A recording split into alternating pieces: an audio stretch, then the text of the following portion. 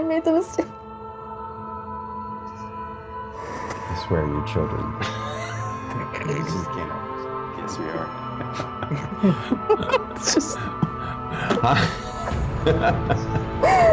She can't even make it into an intro without. No, we can't. We can't. I made the mistake of looking at BT because I was fine, and I glanced down, and I'm like, no. I was so ready to go. Top of the morning to you. Would you like a banana?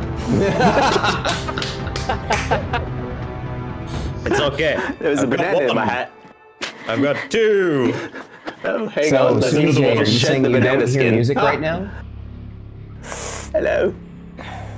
Maybe I put it too low. Put away your banana. It's inappropriate. Your comment's inappropriate.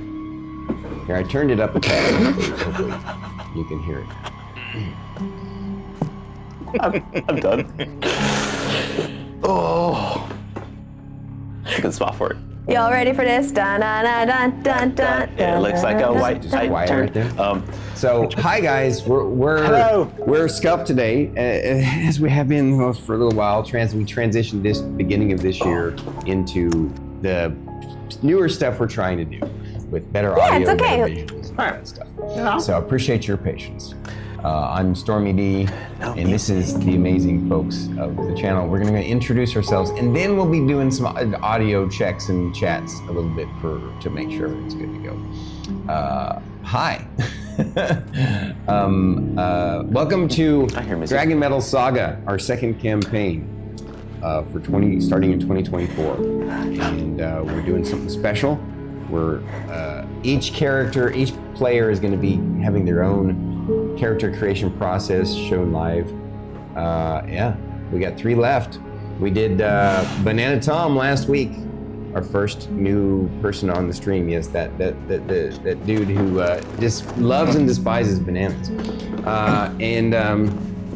Then today is going to be itsStarkitty for her character creation process. Again, this was all by a roll of randomness. And then we'll see today before they leave which one goes next week, whether it's going to be Druid IRL or extirpatefate. It'll be quite the thrill to find out.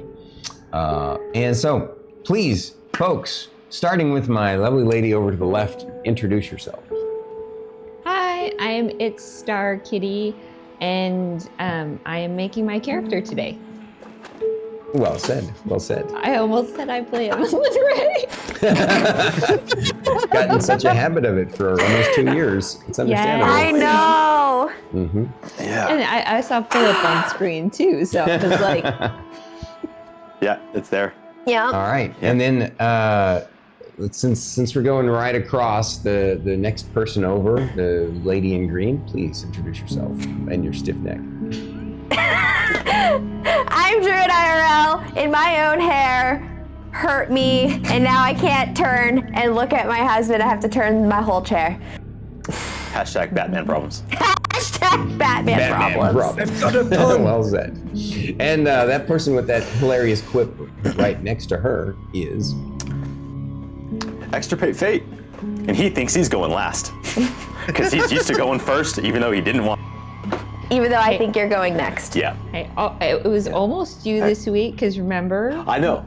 He reversed the numbers between me and you. That's the thing. It's true, it would have been you first. That's the thing. Since it got, reversified, I'm going to go last. That's my bet. So Druid is betting on you going next, and you're betting on you going last. What does BT bet on? Oh, we jumped ahead of ourselves. Please introduce yourself, the person I just called BT. I think BT bets on himself. Wait a second. I'm BananaTom, and I bet on fate next week on a dice roll. Okay. Although I really hope it's Druid. Interesting. Okay.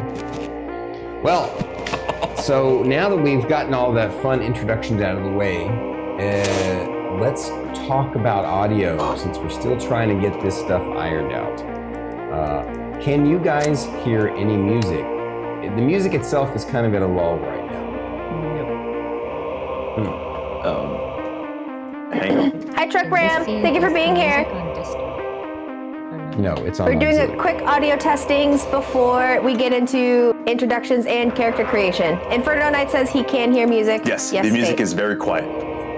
So if any of us are really talking, you don't really hear it. But if everyone's quiet, shh, you can almost hear it. Okay. Barely. Uh-oh. Guess what's He is a coming wiggle back druid. too?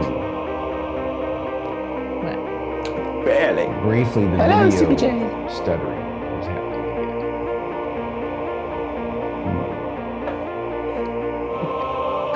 Let me, oh wow, the stuttering is coming back. Let me switch to TriCam and see.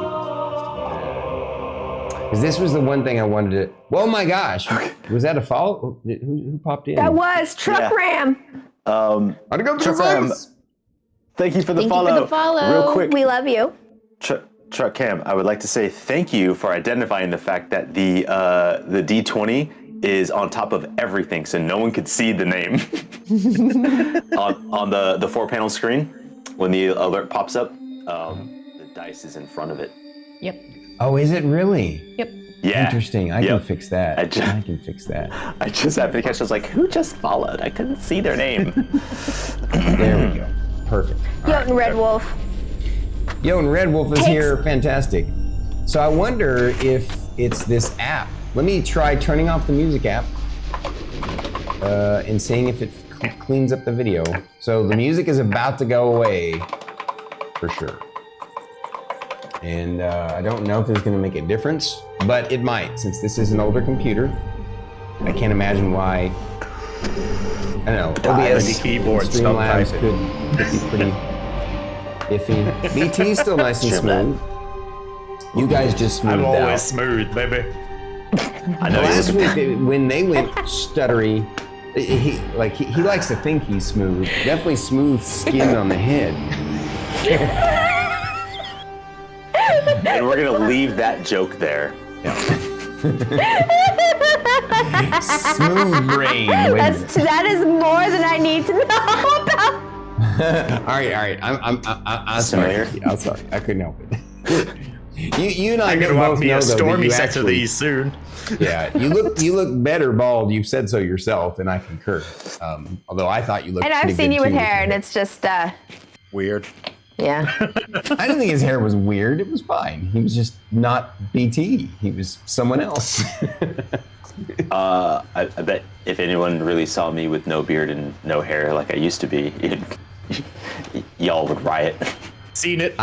I've seen it. Talk about the rest of the people. I mean, you at least. I'm I like, haven't okay, seen it. that's Fate, but definitely younger and different. Wait, we're talking about boy band Fate, yeah? Yeah, boy band Fate. I've sent you a picture of it, right? Fucking dare you. 100%. I think there's going to be some words between Fate and Druid later of the stuff that she's been sharing without his permission. It's okay, Fate. I No. have not seen any of it, so I have no It's a- idea. Oh, I'm not part of the cool kids group. I'll show you. We'll have to change that generally from just now kinda on. goes Show spiral. that stuff up in All right, King's hang on. Court. Let me see if I'll find something. All right. So the Yeah, good we'll news post is it up. We'll post it. Yeah, it I'll does post something seem like that later. the video cleaned up nicely after we stopped running that app. So apparently on this 12-year-old PC, the limits of probably the RAM or the CPU, or it could be the GPU. I mean, it's a 970, which is so many generations old. It probably just can't push out the video with all the stuff going on. I'll come up with another solution for music. You know what? Let's just, actually, I can do that right now. It won't be separated, which is a problem, I think. Right now we're using audio for... I know. There you go. Whoa. Druid casually drinking blood in the background. Baby Fate. I know, It's mine. right? That's what the face is for. I And was she's like, baby-headed, like she actually has no hair. I know. I had a pixie cut. She didn't tell me she was going to do it after I first met her, and I was like, oh, this is what I'm getting myself into. Yep. I was 22. It's still sweet. super impulsive. Anyways, So we're talking since about D&D today. about audio, I do want to I know. ask, how does everybody sound? Does Starkitty and I sound both clear but also deep? I've done some EQing a little bit, and we wanted to make sure that the audio is improved with the mics. Also, I know BT, he's always got his audio nailed in, like dialed in really well. How about Druid and Fate? They seem really fine to us, but we're only hearing the Discord. and so it's not pushed through everything out to you guys. Karen's got about 47 years ago. It's about 47 years ago. Man, I ain't that old. That's what I've been No, he's teasing the calling BT me that is, old. even though I know he's only 38. Never realized Druid's so short. She's actually really old, really? so she's No, he's shrunk 36. as she aged. I was again joking about his age. It's also why her neck's knackered. So close to Oh yeah, me. it's the newest shrink. Fuck off, all of you. Yeah? How does it feel when I can't fight back? Now you're the same. Bring it. I can't turn and look at Another one. You guys are so mean to her right now. She's suffering. How does it feel to be the cripple after you called me a cripple yesterday? Yeah, emotional damage and Emotional damage. Oh, definitely been enjoyable. I'm sorry, Inferno Knight and Jotun Red Wolf. During D&D, we have those disabled. I do apologize. like BT. boom. When you get a chance, Druid, after you guys leave for today, please refund any points spent. If you Yeah. We'll relieve for today. Yeah. Yeah, we'll do. So, You're good, my friend. so again, how do things They sound? played in our head well. Yes. Yeah. How do things sound? I don't want just fine. I'm looking for good quality because these go up on YouTube, and try turning your head around a bit slower next time.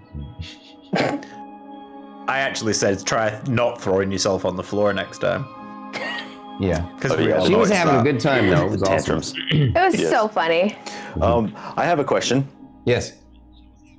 Because I and Druid and Starkitty were not part of last week's episode without spoilers, I would just like to know, how did it go? You guys had a good time, I imagine.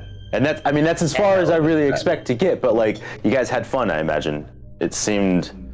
I'll answer I don't know. first. It's a black dragon and I died. Oh shit! He's already dead. You guys will be starting, Perfect. and you'll have to. I'm res no him longer in the or, campaign. Oh, damn. Do you guys know how Well, expensive it thank is to res a God. character? Seems Laugh okay, it up, sound neck really girl. good. The biggest question I have She's a about bit last knackered. week was a character created? Yes, it was. Okay. Yes. Excellent. So I Glad you guys had I fun. like his question actually though. I will share. You know me. I love this. I love this more than anything. This gets me through the week. It gets me through the year. I love doing this with and for you guys, and it was such a treat to have a new player and my good friend BananaTom on the show to create his first in real life character. So, and now I'll leave it to you, BT. What were your thoughts? Share with the folks. It was hella fun. I don't want to say anything else because I might slip up. Right. No, that's fair. Fair enough. Fair enough. And again, with that, I think Druid has a point to say. Jotun Red Wolf says BT sounds as BT as ever. Druid's coming in clear. Stormy is clear. Fate sounds clear. May I request words from Starkitty? Jotun Red Wolf, you want words from me? What kind of words are we talking about here? I mean, I could say lots of words. I can string words together, maybe in complete sentences, but you never know. Words just can come out of my mouth. Channel your inner fern. Oh my god, I would love to see Starkitty channel the inner fern. Probably some unhinged shit. Yeah, Stormy, can we ever redeem on Wednesdays that Oh, thank you, Starkitty Jotun Red does Wolf. an I'm impression glad of Fern? it You worked just out. interrupted BT. Sorry, He was asking a BT. question. It's alright. I said, can we put a request in for your Cyberpunk Duo stream that we have a Starkitty does a Fern impression? You have to ask her for that one. Think about that one. Now you were trying to respond Putting to it out Oh, loud. yeah. Red Wolf. Yeah. It's words to gauge your audio, but you sound fantastic also. Thank Oh, you. yes, Awesome. yes. I like my words on stream. Excellent. I'm sure BT and Kieran can attest to that in Aries stream this morning. I was doing well until she turned up and stole all the good words. She's really good at it. Yep, she loves those kinds. That's why I choose not to engage with that, because I don't want to feel bad already. I suck at words. Spelling is Same. not my friend. I don't do it. I can't even get the difference between Les Schwab and Charles Schwab right. Hey, at least you could talk. I struggle with spelling and talking. Yeah, and all three of us can turn our heads right now. Yep. So My why do you magic. guys want to see me channel my inner Fern in the next Cyberpunk stream? I think it's more so just want to hear you just unhinged, like Fern. Oh. Yeah. Oh. Yeah. I think it's a great Yeah. idea. I think. Okay. Thanks for Claw. I appreciate that. Red Claw! One God other thing- damn it! Uno more thingo. I would like to say, in the same bit, I appreciate everybody within our community that did not spoil anything yeah. for the episode with BT and his character creation. I would love to maintain keeping that forward to kind of preserve the integrity of the game for us. So please, even if you guys are super excited, we would request that you guys keep that to yourself so we don't ruin it for everyone. I don't have any worries that you guys would, but just wanted to throw another reminder out there because I feel that that's important. So Just appreciate you guys. Remember, everybody, Yeah. it's a permaban in BT's chat if you try and spoil anything. I don't know if it's a permaban in Druid and Fates or Stormy's, but Permaban? I thought it was just a temp ban. Jeez, you guys are hardcore. Nope. I perma they can appeal to me.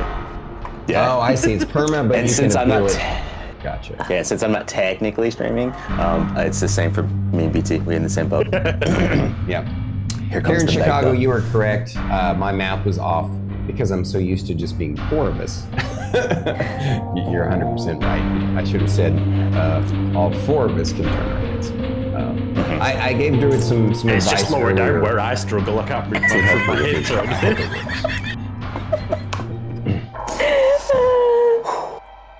All right, Anyway. so Sweet. I think it's time to get this show on the road, guys. But before we do, I want to hear from you folks who have to leave. Anything else? I mean, obviously, the eloquent Mr. Extirpatefate had some amazing things to say. Druid, do you have anything to add before you guys shuffle off into, other fun things?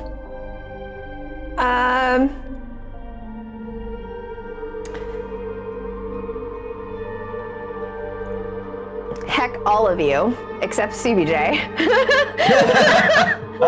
CBG must be protected. I agree. Yes. This. I am gonna end your life. Actually, I think Starkitty also hasn't picked on me yet, so everybody but Starkitty and CBJ, just saying. Well, you need to get it on. Also, who's next? Yeah. We need to know who's No, next before you kick us off. Yeah. I know what Druid is going through. It's not fun. I mean, I've had that happen for to me. me, and I had to drive to work. Do you know how hard it is to try and look over your shoulder? when She you're doesn't trying know to how hard it drive? is to Yes, do I that. do. I've had countless pricks in my neck over the. I can't even. I can't count how many pricks in the neck I've had. It's not fun. Yeah. I don't drive for the safety of all of humanity, though. You're welcome. I have done my due diligence. I am protecting all of you. You're welcome. You're welcome. That's it.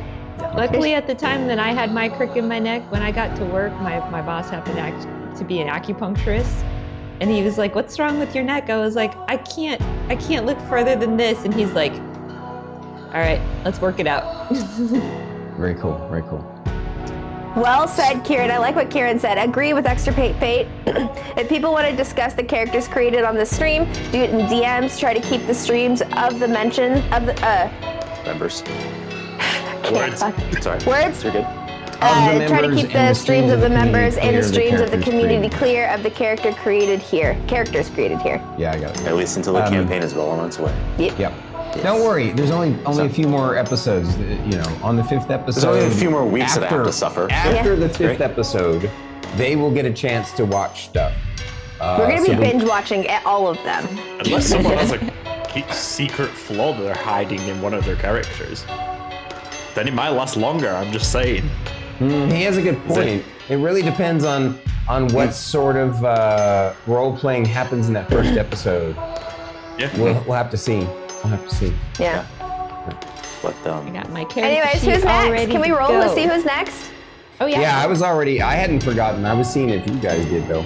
All right. No. Oh, no. I think I would I'm gonna forget. use just like Fate, last fate, week. fate, fate, I'm gonna fate. use the dice from At least I know it's not me. All right. And we know it's not Starkitty. Wait, who's who? Who's what? Am I heads and she's 1 to tails? 3, the same numbers you were last week. 1 to 3, 4, 5, Yeah, 6. so heads and tails. Got it. Yep.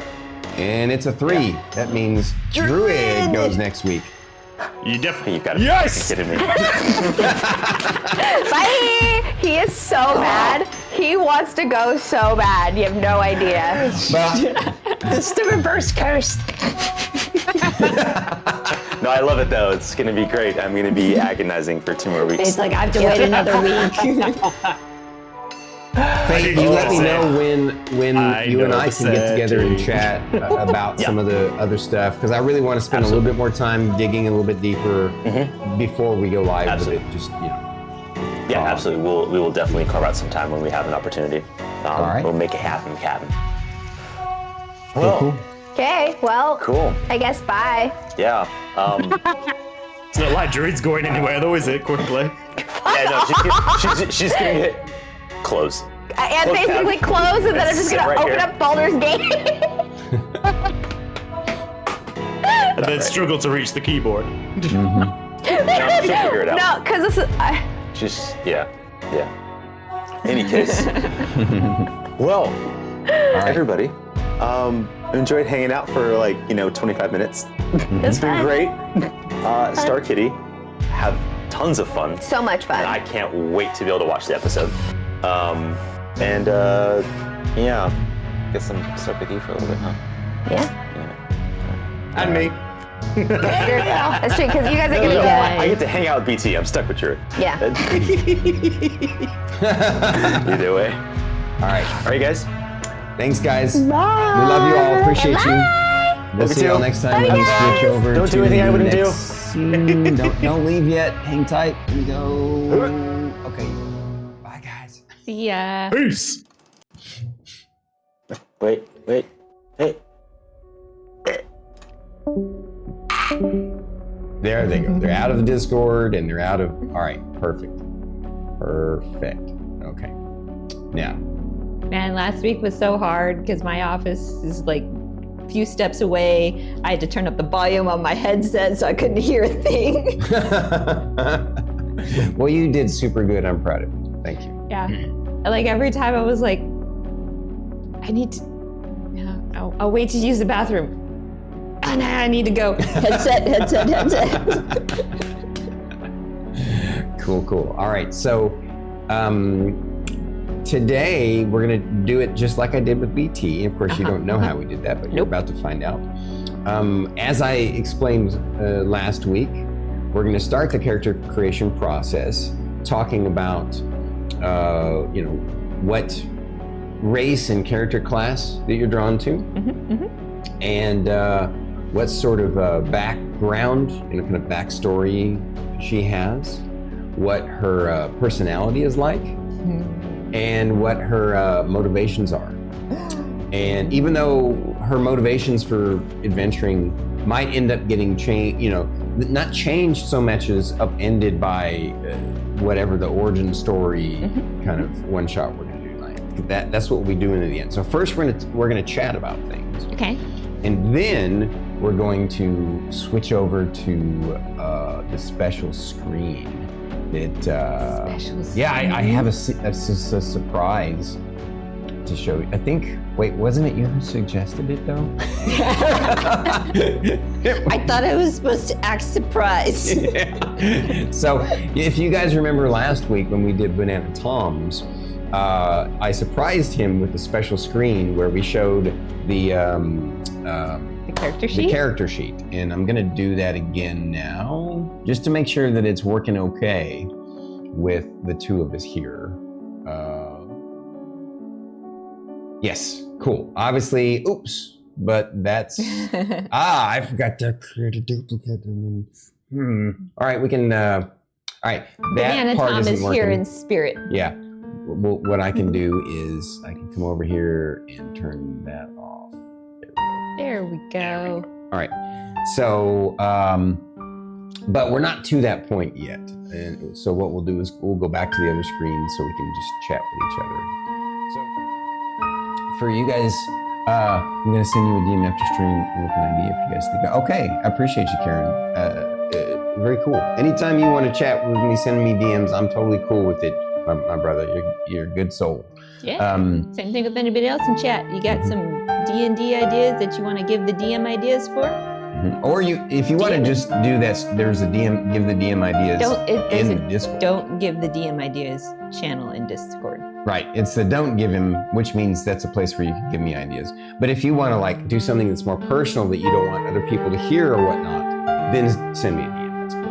All right, so our process is a little bit different, but also the same as what you guys have been experiencing and witnessing with like a BananaTom.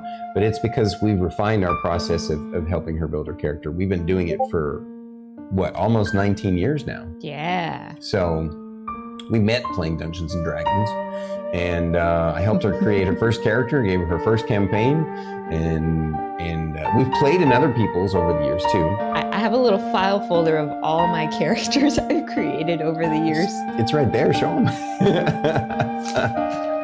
Props, we love props. My lovely file folder. Can you see? It's organized by class. Yeah, you'll have to show them. They can't see that from that angle. Yeah. Yeah, there you go. Yeah. See all the paperwork? She's got lots of characters. All the characters. I have yet to play a monk, and that's and a barbarian. Right. Those are the two slots that are empty. Yeah.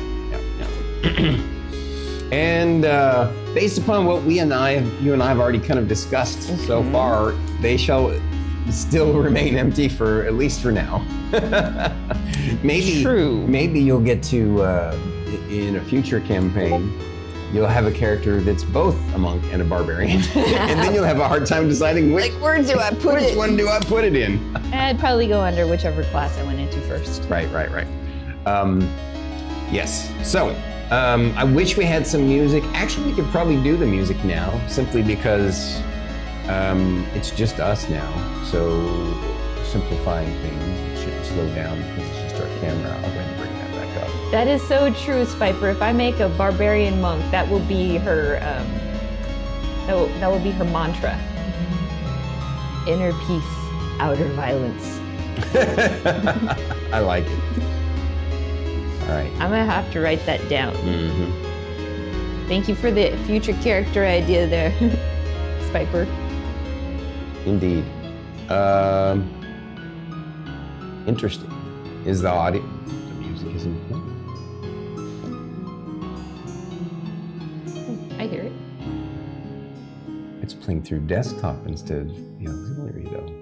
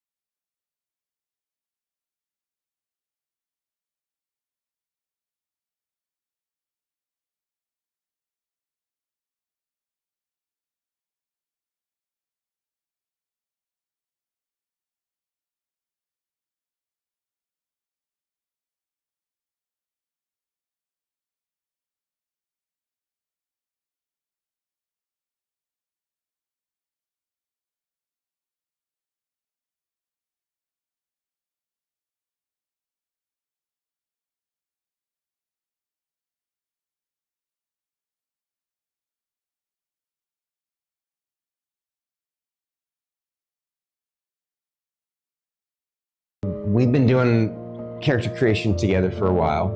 We're similar to Fate and Druid in that we like to talk about characters and stuff together.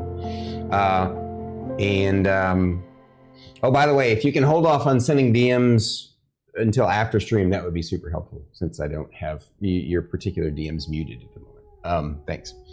So, but I do appreciate you sending them. I really do. So now, we already talked a lot about your character. Yes, I'm looking forward to this character. You guys have no idea. Yes. So I'm super. No. It's okay. It's okay. Just through in the D&D channel. Okay. Cool. No worries, guys. No worries at all. Yeah, it's all good. It's all good. A little bleep here and there isn't gonna hurt anything. Oh yeah, you'll just freak out everybody who's listening to the YouTube video. Is that my Discord going off? Trolling everybody. So, tell us why you're so excited about this character. She's this character is definitely going to have a different personality than Miss Emmeline Ray. Oh. So, if you all remember Emmeline, she was the stern, kind of, sort of helicopter parent that would get upset, and, trying to protect her team. This character is gonna be a little different. Yeah. So you've already kind of zoned in on her personality. Oh yes. Yeah. Oh yes. Before we jump to that, though, let's talk about her race and class because that was really intriguing what you wanted to go with. So I was wanting to be an elf, some sort of elf ranger, because there's a particular ranger class that I would like to play. You mean the subclass? Yeah, the subclass. The subclass. Right.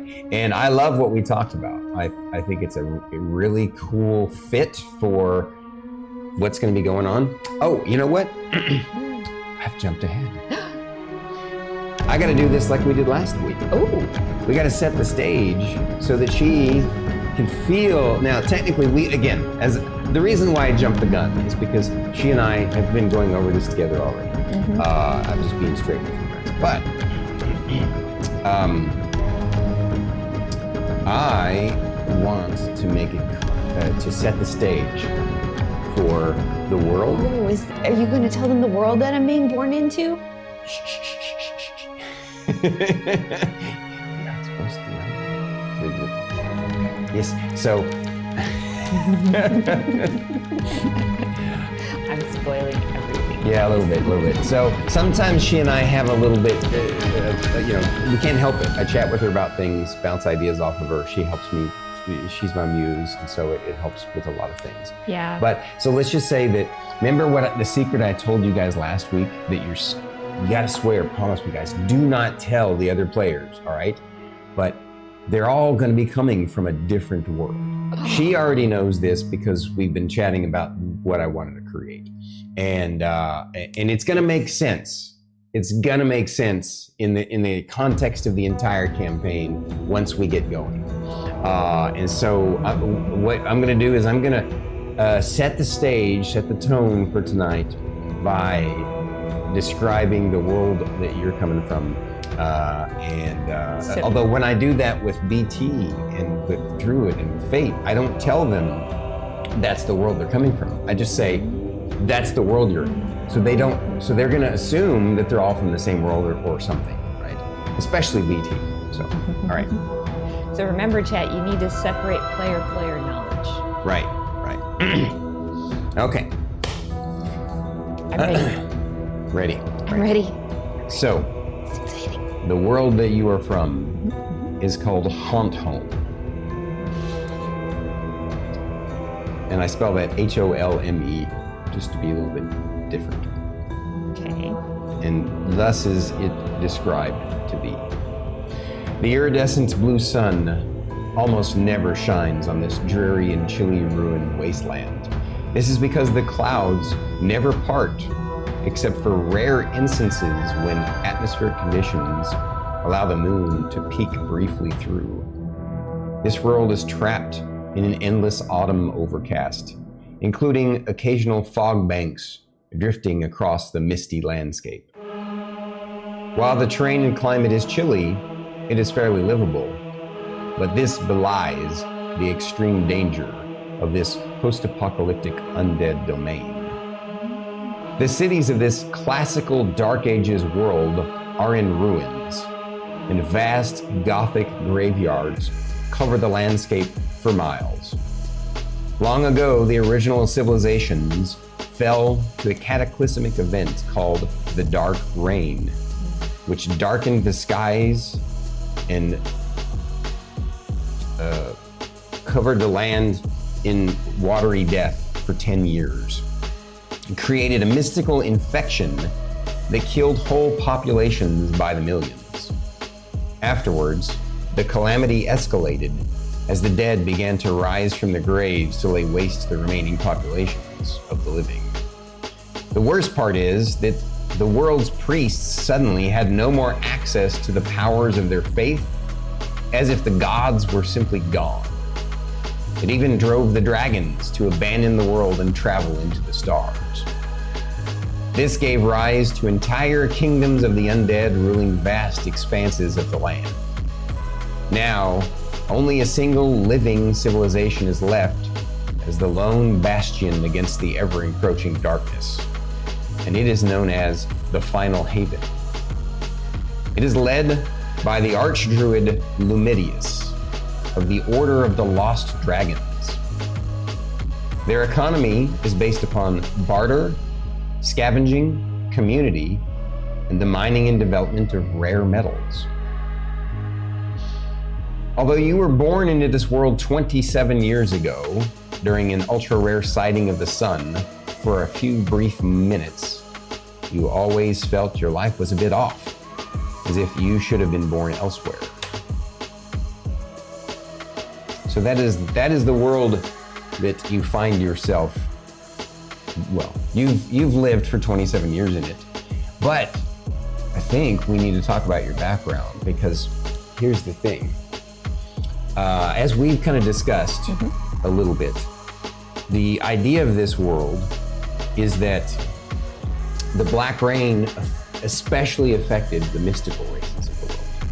It killed off halflings and gnomes and the orcs and the elves. So basically, the hardiest races. Now, technically, orcs are hardy, but they're also technically kind of potentially they're tied to a mystical background of why they exist. You know, that could be different from world to world. Like in Tolkien, orcs were created, but they were elves, they were warped elves. Like, there's lots of ways you can take elves. In this world, they were just a separate mystical race, but similar in like their genetic makeup to the elves. But because they were mystical, they also succumbed to the Dark Rain, and ultimately the thing is, since you want to be an elf, that makes it a little bit harder. But you know me, I like to mold the world around you and find a way to make a unique character fit in. And so I kind of feel like we can come up with some ideas as we discussed. And I think. Thank you, Inferno Knight. I appreciate it. I think that I came up with a really good reason why your people, your elves, do exist in this world. If you're okay with your subrace of elf being a dark elf. Yeah. You like it? Yeah. Okay. Now, when I say dark elf, these are going to be dark elves. They're going to be similar to the dark elves that are in the book, right? But their background is different. This particular world doesn't have your typical Underdark that you would find in like Faerun or one of the other D&D worlds. Although it does have some underground areas.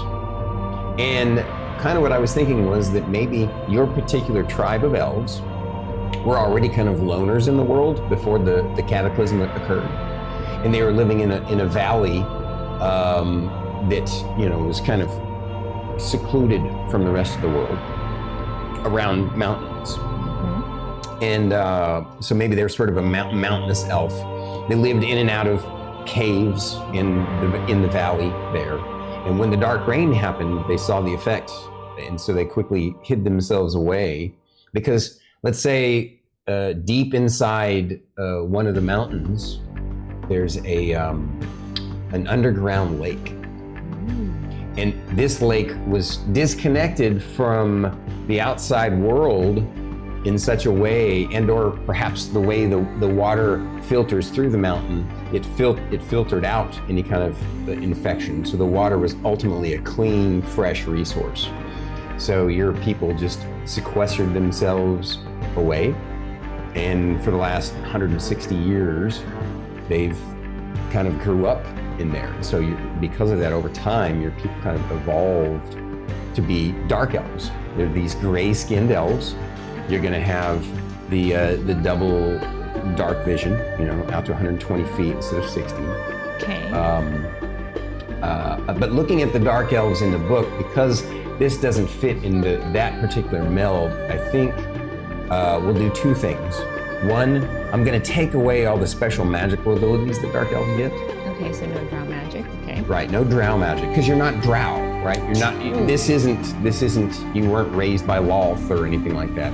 You're just a unique dark elf race. And because of that, though, because I'm taking something cool away from your race, I'll also take the negative of drows away, which is the sunlight sensitivity. So we have to balance it. You know what I'm saying? Okay. So it's fair. And I think this works. I think I can fit you into the world. Because it makes sense that your people would have found a way to survive. They're perhaps the only elven population, pure elf population, that did survive. And that actually kind of led me to think of some really cool ideas for your backstory that we can talk about. What do you think? What do you think about that? Does that sound intriguing to you? It does. Okay. I'm excited. Okay. All right. Cool. So do I still get the ability score increase to my charisma? No, remember, I guess you didn't know this. Yeah, so when we do the character creation with the character sheet, which we'll get to once we start rolling, I'm doing things different this time.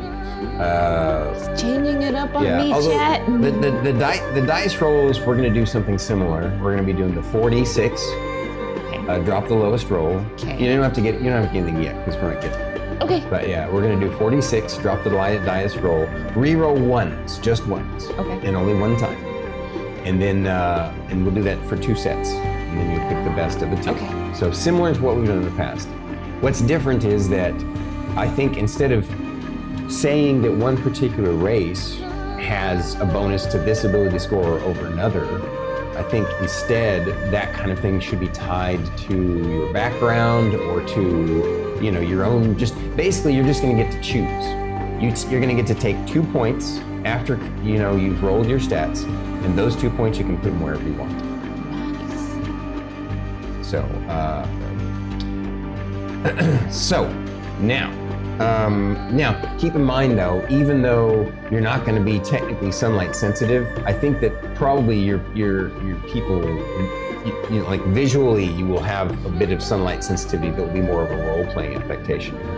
If of course, for your character, whether you're in the caves, although your people were, just to be clear, I'm thinking that they stayed in the caves for generations. They literally would protect themselves. It was taboo to go down the exit tunnel, and that they had traps to stop people from coming in, and they would only occasionally go just out to almost to the edge, just to scout and make sure there was no dangers nearby or anything like that, just to poke their head out and see what was going on. But for the most part, they sequestered themselves into this secluded place and made it their home in this giant, massive underground lake cave. And you even built a little village with huts and stuff. So but here's the thing. I don't want to tie your ranger to that background. That's just sort of your main background, because you had discussed a lot of this with me before, and I think it fits. But tell me a little bit more, because there are some other parts of your backstory that really intrigued me, and I want you to share with folks what you came up with. So, are you talking about my character's motivation for adventuring? Or? Well, no, we'll get to that in a second, because I want to talk about her personality and her motivation. But let's talk about background. I think you had said something about that you want to have, because you're going to be making her a. Did we tell them which one you wanted to be? Oh, okay, yeah. Tell them about which subclass of ranger you want to be. So the particular subclass of ranger that I would like to be is called the Drake Warden. It's a really intriguing class that I found when I was like, oh, what do I want to play in this next campaign? And what intrigued me about it is like at 3rd level you get a particular animal companion. You could call it that. Yeah, you basically get a drake, which is a subspecies of dragon. You know, they're more lizard-like and not as smart as an actual dragon, and not as mystical and magical as an actual dragon. And I liked the idea of this for lots of different reasons, even though in the history of this world, the dragons left. That's actually kind of could be some interesting story narrative interplay with that. And so I like the idea that you'll be able to, when you hit 3rd level, be this Drake Warden. So, hey buddy, so you'll get to be basically your pet, you have a pet dragon. But the thing is, I don't want to use the exact, we need to work on some of the mechanics of the Drake Warden, because I feel like they're a little bit overly complicated and also a little bit OP. In some respects.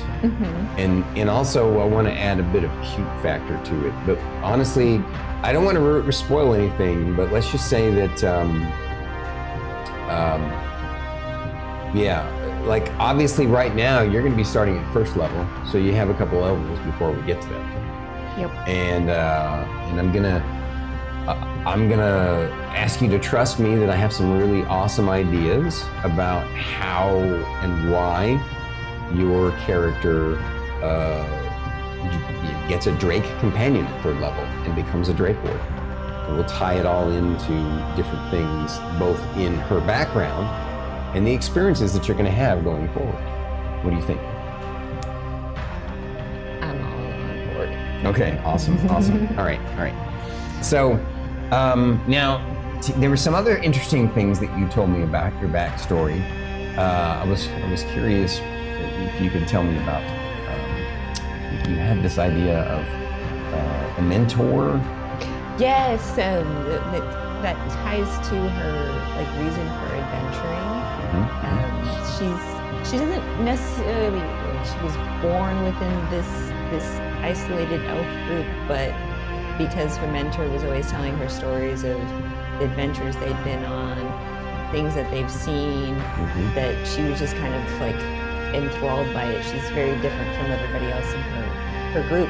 That's like, no, we stay in the cave, we stay where it's safe. But she's like, but I want to go out and explore. He's got cool stories. Yeah. So that's her motivation. Yes. Okay, I love that. And yeah. And she's like, there's something beyond the cave.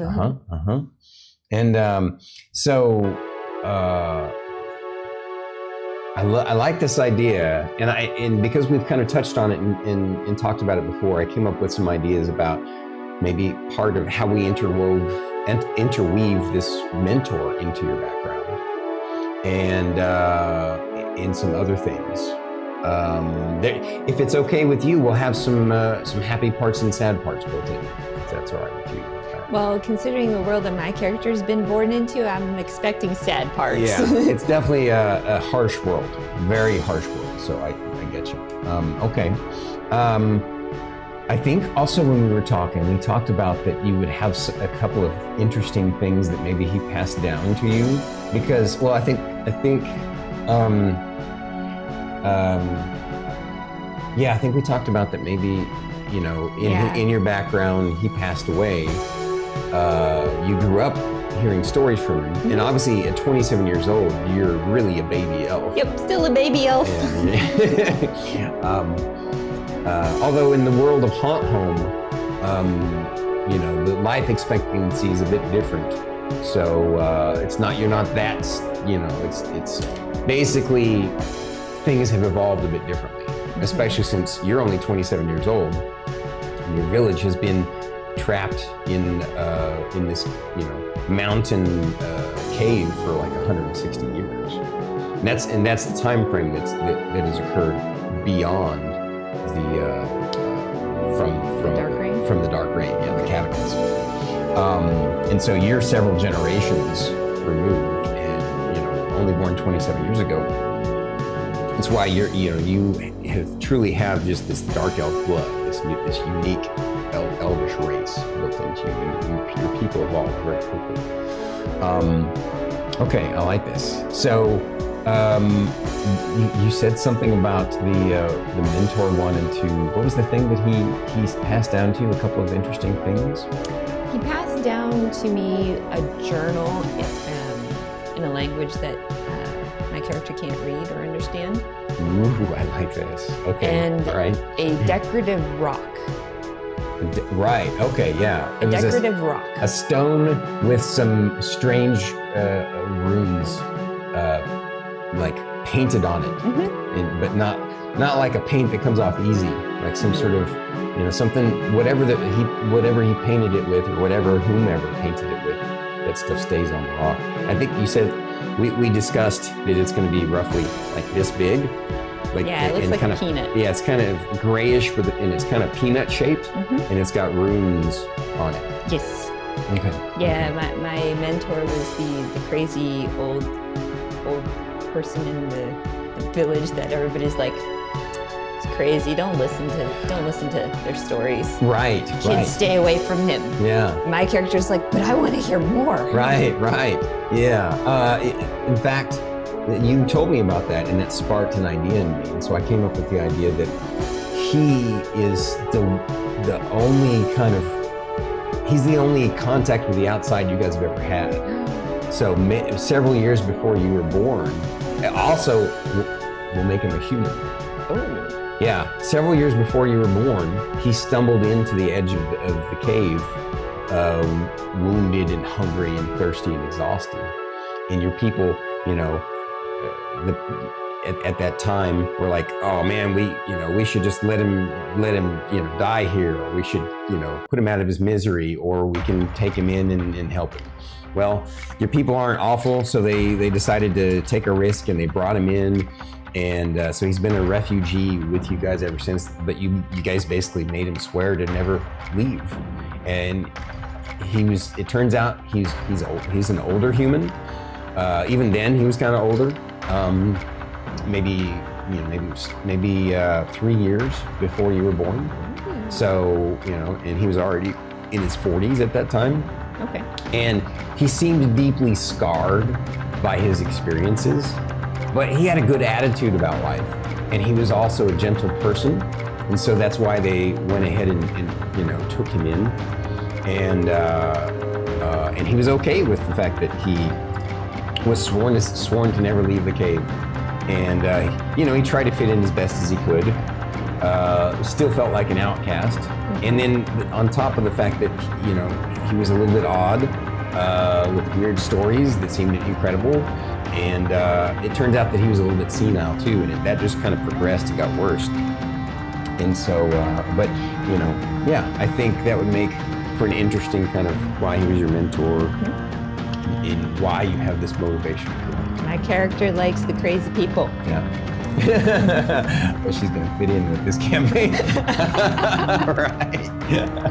Yes. So now tell me, now that we know her motivation, her backstory, I do want to share, we'll jump to it here in a second. I have some really, if you'll allow me some leeway and room, just like you did with her age. Okay. If you'll allow me some leeway and room of how we're going to kind of massage what happens with her, I don't know why I use the word massage there, but just because we're massaging the mold clay of her backstory.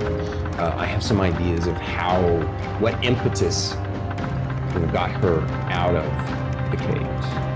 And it'd be a little bit different than I think that you might have thought. So I've already written down some notes and stuff. Okay. Kind of wrote out a description, if that's cool. Yeah. Before we get there, though, I'm looking forward to hearing you tell them about her personality, because you said that she's going to be dramatically different from everyone. Emily Ray was a great leader, and as a bard, she was always very like you said, she was road mom. She took care of folks. The only time her emotions would break when she was stressed out and worried about her team, but she always kept it together for them. And she was just very tactical. And I really love, by the way, I want to give you props, Starkitty, because we've been role playing together for a long time. It was fun seeing that side of you come out in character. So well. Yes, well, you had some two new people in a way to D&D that I kind of had to take on that leadership role and just be like, all right, so what we're gonna do. Yeah, and you did remarkable, and you're right. Since Druid and Fate, well, Fate not as much, but definitely Druid. It was her first time. It was perfect. And it was phenomenal. Super happy about it. So tell us about. Well, first off, do you happen to, since we've kind of developed her a lot, do you happen to know what you're going to name her? Her name is Shay. Shay. Ooh. S-H-A-E. Ooh, that's a wonder. It really suits too. No last name, just Shay. a gray elf ranger named Shay. I like it. Okay, so what is Shay's personality that's so different than what you played before?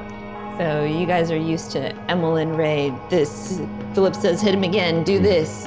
Shay is going to be, so, what do you mean by that? I don't quite understand. So there's going to be this sweet, innocent, naive, just... Innocent, naive, and, she's still a baby in a way. So, But not like crying whining baby. Yeah, not crying and whining baby. I mean, she still kind of sort of thinks before she speaks, but a lot of the time she's going to be like,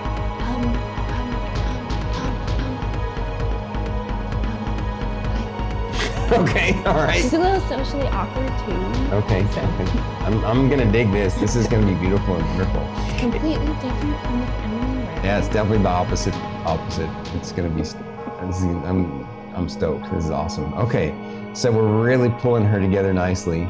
I mean, if you guys want to think more along the lines, I am basing this character's personality a little off of Mantis from Guardians of the Galaxy. Oh, okay. I like it. I gotcha. So you're just kind of, I see, it's a way to... So she's just gonna be like, she's not like airheaded. She's just kind of like, I was raised in a cave. Yeah.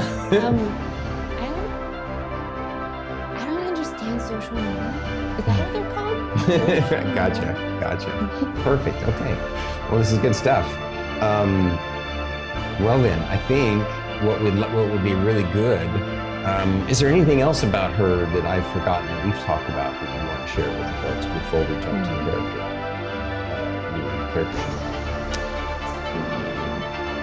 I don't think so. Let's talk about her personality.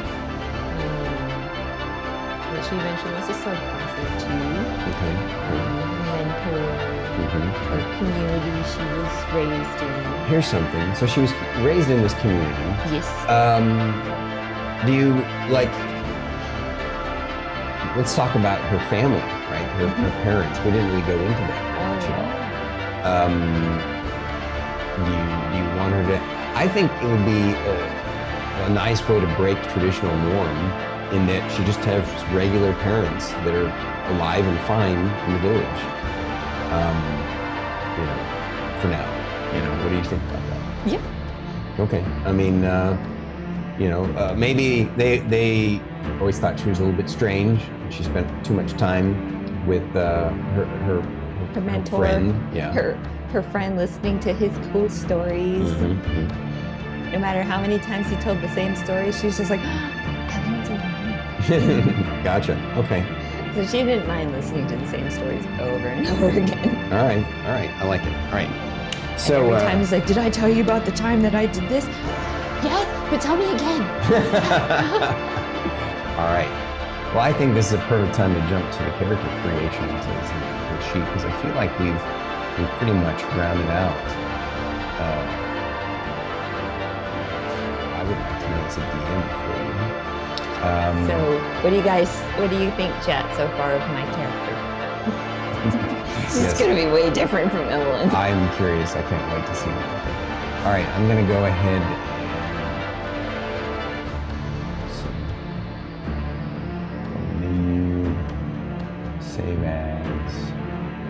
Oh, thank you, Inferno Knight. Oh God. Don't look at that. Jotun, thank you. I'm glad you like Shay. It's Yeah. about the contrast. Yeah. Trust me, it's going to be fun watching her roleplay this. And I know I've been playing with her long enough to know she can pull this off really well. So I need you to not look at that screen or that screen briefly, because I'm gonna save this, and it's gonna show BT's character. We don't want Just that. let me know when I can look. I am covering my eyes and staring at you. All right. You're already starting to channel her, Shay, aren't you? I sure am. DM, what are you doing? I'm just making a character sheet Oh, for you. Okay. character sheet? What does that mean? Yeah. There. That's good. Can I look now? You can look. Okay. Okay. So let's go ahead and put her name over here. Shay. Simple Shay. She's going to be a Ranger 1. Oops. Not Ranger, just Ranger. Ranger, level 1. Oh yeah, I suppose. Background. Yeah, the background will be handy just because you'll get some cool efficiencies and stuff. I think I forgot to do that with BT. I'll need to give. I'll go back over that with him since we have our custom backgrounds. Yeah, I'll have to give him some proficiencies or something just to fit his background. Maybe we did because he was an artisan. Maybe he went with artisan. I just don't remember if we wrote down his proficiencies for that. La la la, I did not hear a single thing you said about background. Oh wow, I totally blah, just. blah, blah, blah, blah. Yeah, I can't believe I just said that in front of her. Holy crap, that's terrible. I didn't say anything with I didn't say any words with the letter A at the beginning. I promise. Yeah. You're right, exactly. Oops. All right. What do you think background would fit her the most? Probably a hermit. He lived in seclusion, either in a sheltered community such as monastery or entirely alone. Hermit background, skill proficiency with medicine, religion, tool proficiencies, herbalism kit, languages, one of your choice, and equipment, a scroll case stuffed full of notes from your studies or prayers, a winter blanket, a set of common clothes, an herbalism kit, and 5 gold pieces. That's okay. That's okay. We can also come up with a custom background kind of, name for her. I mean, the hermit sort of works. I mean, based on the backgrounds that are in the book, I haven't really looked at anything else online as far as backgrounds go. Yeah, there's probably other ones in other books that I haven't paid attention to. Maybe. Can my character have a background as a sailor? I'm just Yeah. That would be, oh wow, trying to twist the knife on your DM.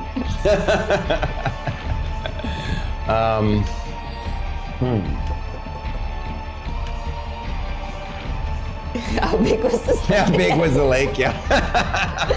she's a sailor of a paddle boat. I think it's a pretty big lake, but not that big. Yep, pirate Starkitty. Let's see. Well, for now we'll put hermit, and then we'll kind of like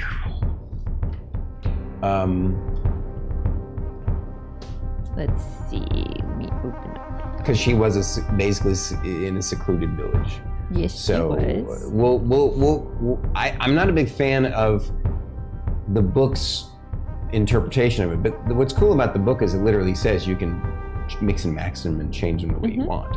So we'll call it the Hermit, and then just we'll come up with what we want for it later. And we were not even gonna do that part on stream or something. Okay. So, and we already know she's gonna be. Even though she's technically a dark elf, this is a unique race. We'll call it a gray elf. How does that sound? Ooh, I'm a gray elf. It says I have gray eyes. Summoner geeks. All right. You know me, alignment isn't that critical to me. but it's kind of sort of a core guide. I kind of feel. What do you think? It seems like to me like she's sort of neutral good. Well, I mean, she's still kind of growing up and learning. I guess it depends on how the rest of her village is. So. Well, the reason why I say neutral good is just because she's got a good-natured personality, right? The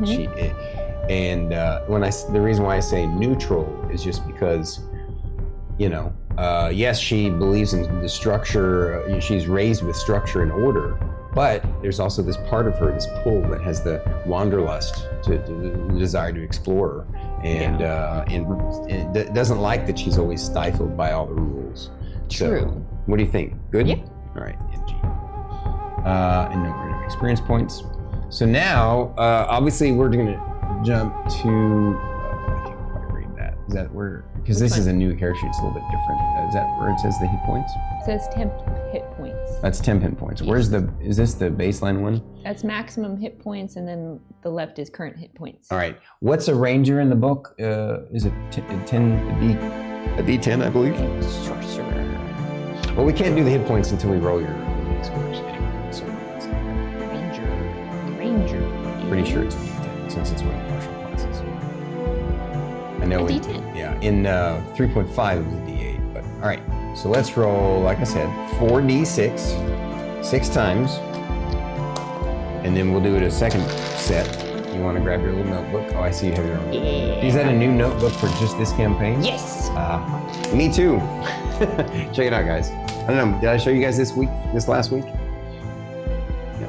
I like to create a whole notebook just for each campaign.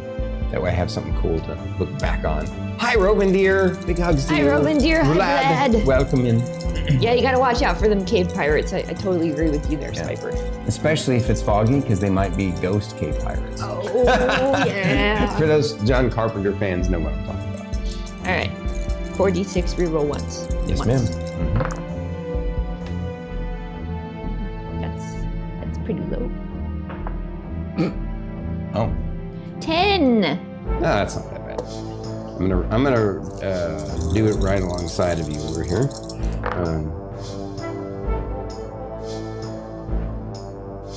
14. 14.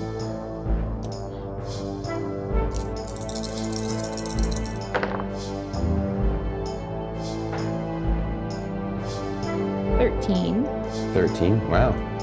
Usually you roll super hot. I know. It's different. I'm using different dice.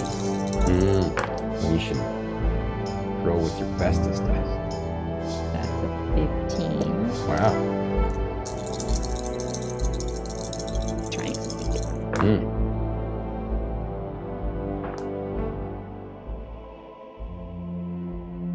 16. Okay. One more.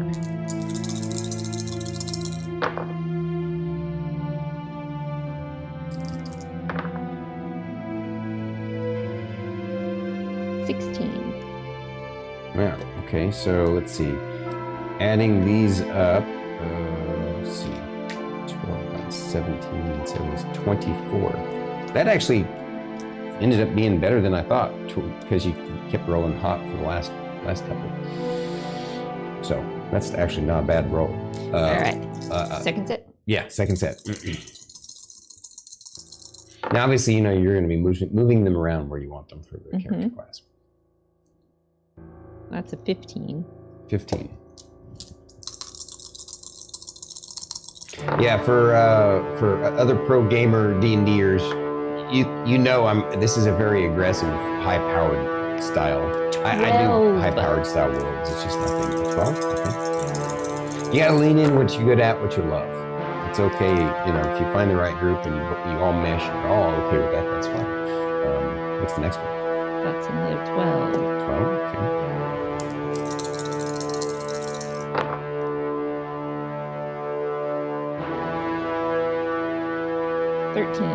Okay.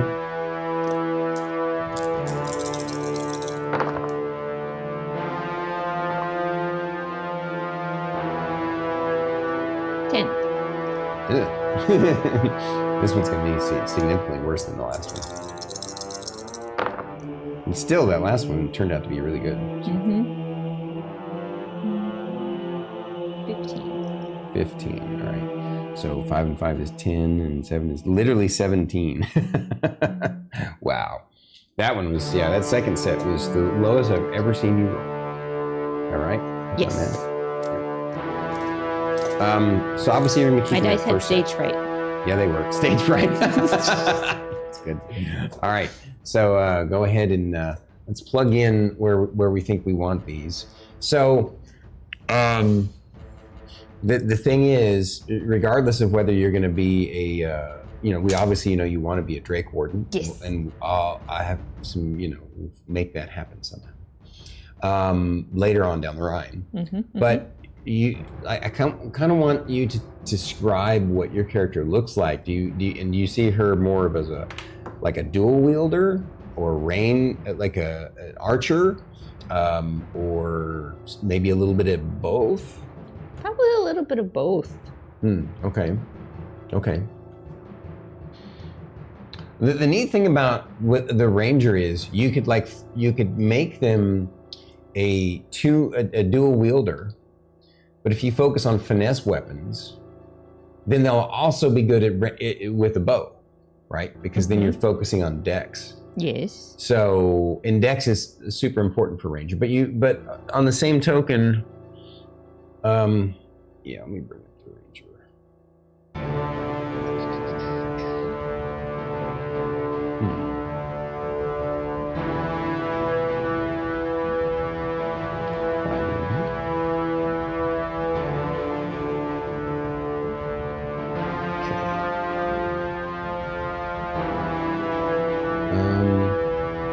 Wow. They can hear the music, but I can't hear the music at all. Can you guys hear any music out there?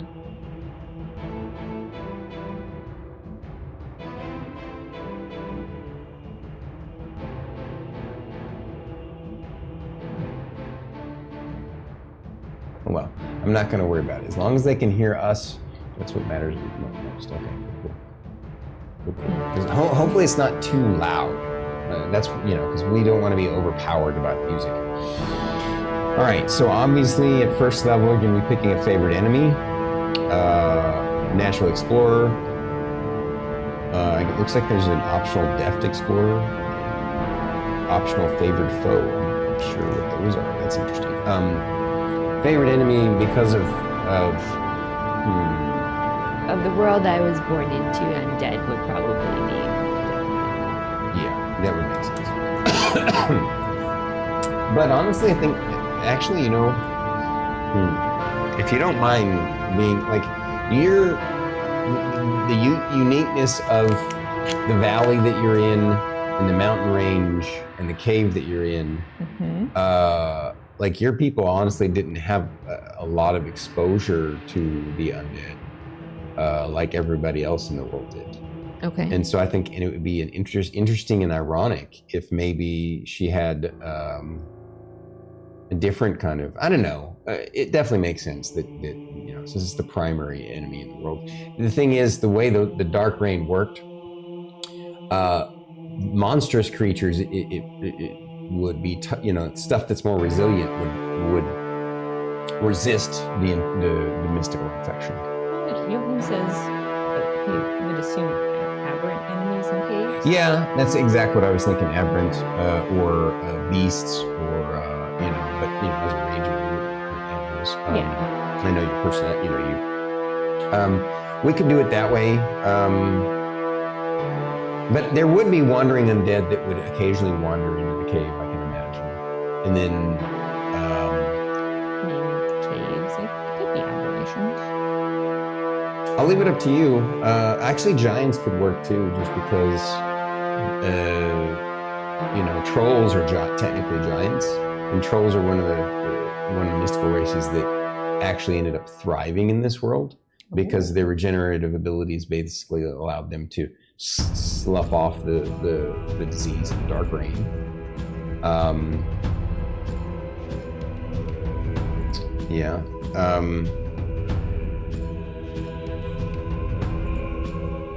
You got your people got more and more secluded and secluded themselves in more and more. It could also be that the cave. I mean, when I say this is a huge underground lake, I mean it's like this beautiful, massive lake, right? Yeah. So I can imagine that occasionally from some tunnels that connect to the lake from far on the other side of it, occasionally creatures might wander in. I'm with you, Red Wolf. I think aberrations. Goblinoid races were also killed off by the Dark Raid. So, but yeah, I like the idea of either aberrations. Is vermin a creature type in 5th Ed? I'm going to go with aberrations. Okay. Yeah, makes sense for living in a cave for 27 years. All right. That would be the most I've seen. Okay.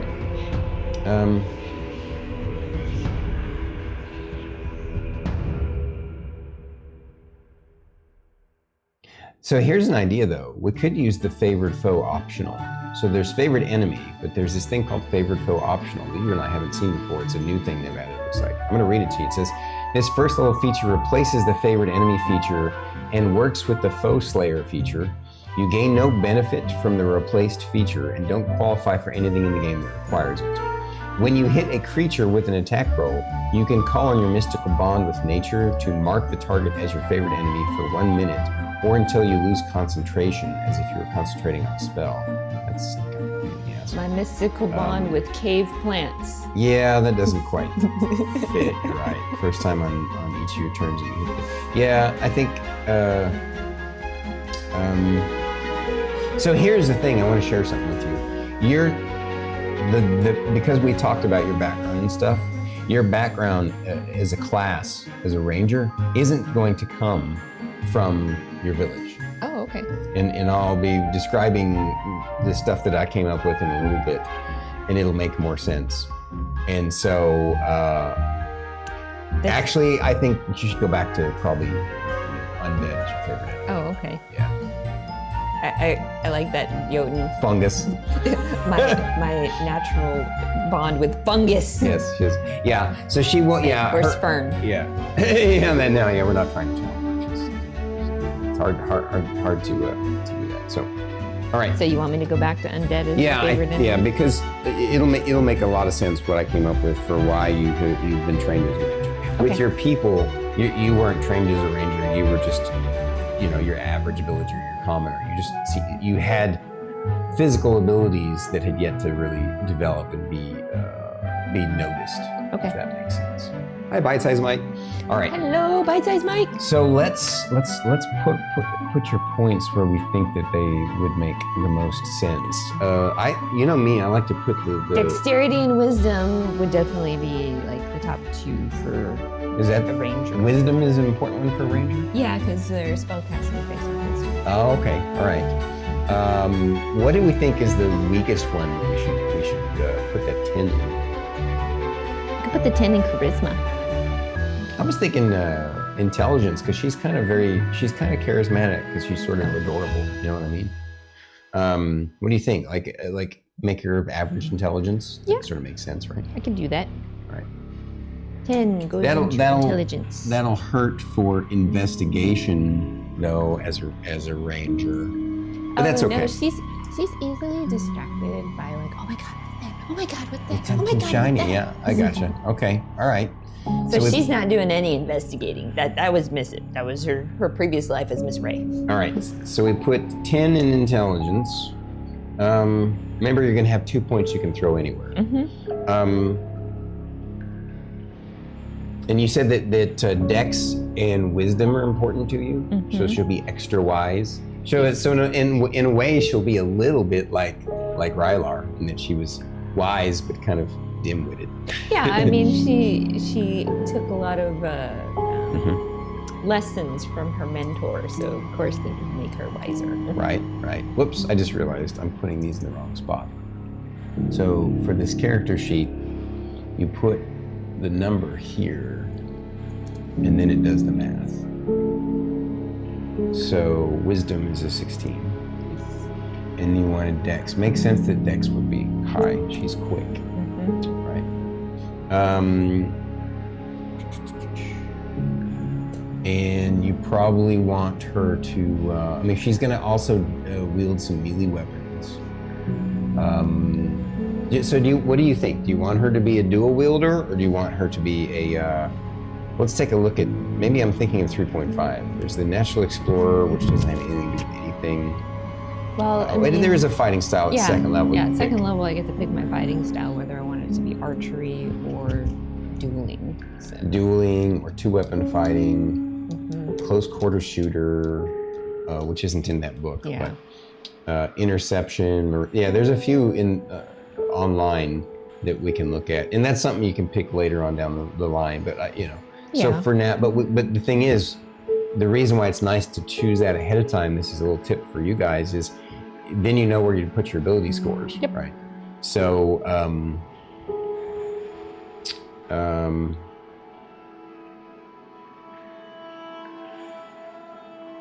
defense could work too, because then you just mix it up. You do melee weapons and ranged weapons, but then you get an extra +1 bonus to your AC while you're wearing armor. Yeah. I mean, that's a thought. So then, okay. 16 and 16 is Dex and Wisdom. Let's see. What do you want to be in your strength? Since she's going to occasionally hit with melee weapons, do you want to put either the 14 or the 15 there? Yeah, that's what I was thinking.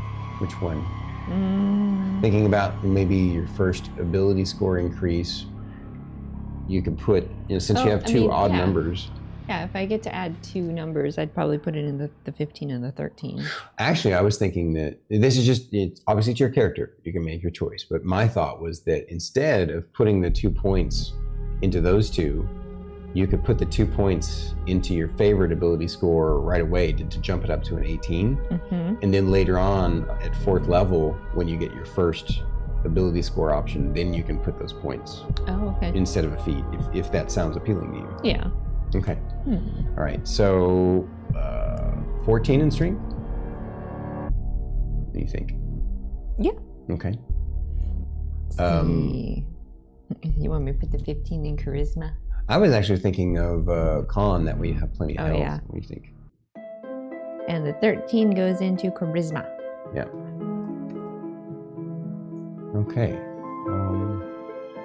What do you think, though? This is your character. I really, obviously, I like to be a guide, but I want you to take a look at these stats and see if this is the way you envision her, because it's possible she may be stronger than you envision, physically stronger than you envision her, right? I mean, she's still technically a child, so she's probably still learning sort of the ways to wield a weapon. So. Yeah. Well, she's actually getting training for that. And I'll explain that. So are you saying you would like to swap the strength over the strength and the charisma, or are you okay with leaving it like this? What do you prefer? I mean, like the way I had actually envisioned this character was to be more of a ranged character. I mean, and she can do up close fighting if needed. Well, you do know that later on, since you're wanting her to be a Drake Warden now, that she'll need to be strong. Also, you and I kind of talked about we're going to do something unique with her Drake. That adds a cute factor, but we don't want to spoil it yet for you guys. Sorry, it just means you're going to have to watch enough of the campaign to at least see her get to 3rd level or more. But so you would also need to, later on down the line, at a much higher level, Drake Wardens actually get to ride their Drakes once, both, I think it's at 7th level, they get to ride their Drakes as a mount, and then that don't fly. And then at 15th level, they can ride them flying. You would need to be pretty strong to hold on. But I'm totally cool if you would want to swap the charisma with the strength. Thank you for the raid, Goblets. Goblets and Warlocks, thank you for the raid, so welcome in. Goblets, how was your stream? Yeah. Keep opening Discord. Where's Twitch? That's right. So, what do you think? What do you think about these stats? You want them like this, or you want to move them around? Yeah, I mean, I still have time to figure out if I do want her to go down the dual wielding path. Gotcha. Well, at the very least, like I said, the dexterity, will be, you want to put the 2 in the dex, or where do you want to put the 2? I guess you have a good point. If you put the 2 in the con and the charisma, then both of those bump up from the first level. You'll have more hit points. Or I could put the 2 points into strength and raise that up to a 16. So I don't know. I'm kind of favoring your original idea. Oh, but yeah, if I bump up the con to a 16, that moves it up to a +3. Well, no, con right now is 50. Yeah, exactly. So if you do the odd number ones with the +1 each, you'll get basically... Yeah, I'll get an extra hit point at first level. Yeah, and you'll be a little bit more charismatic for when that matters. That's so true. What do you think? Yeah. All right, so then con will be 16.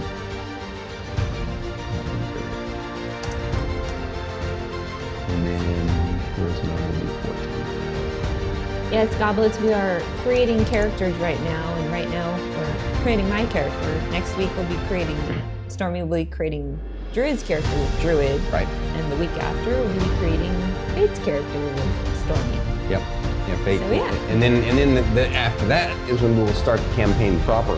But tonight we're going to be doing not only character creation, but towards the end, after we've done creating our character, we're going to do a one-shot origin story encounter. So I have 13 hit points to start. Right. My character's so strong.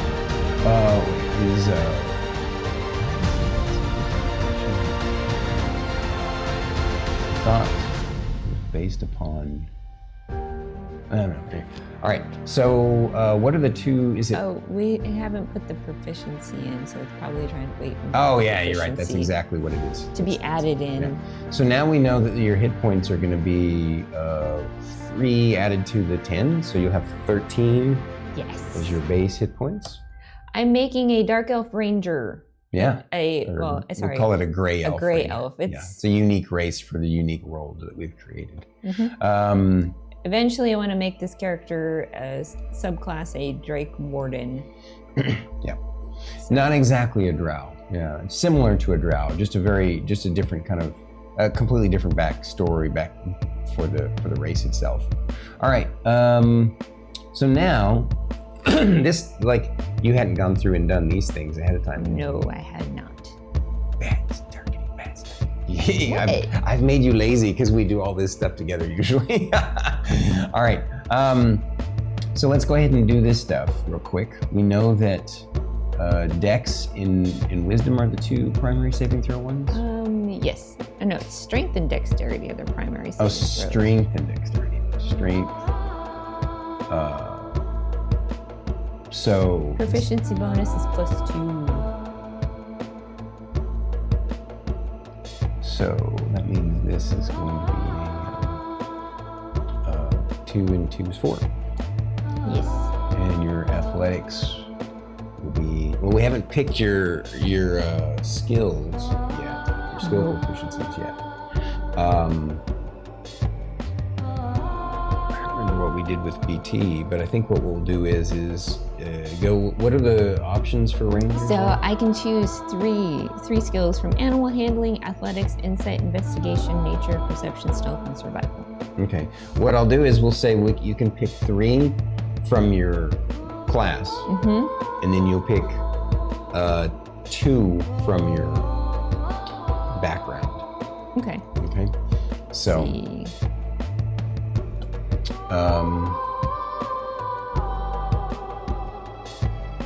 How do you see her as far as which skills do you want to pick? Let's see. Yeah, I use a bit of an aggressive dice roll system. I like my campaign rolls tend to be a little bit they're higher powered, just to feel more heroic. It's not, to me, it's not like a right or wrong kind of thing. It's just whatever my group and I are having fun with. So we use a roll 4d6 6 times, drop the lowest, re-roll 1s 1 time, and then we do that 2 times, 2 sets, and you pick the best set of the 2.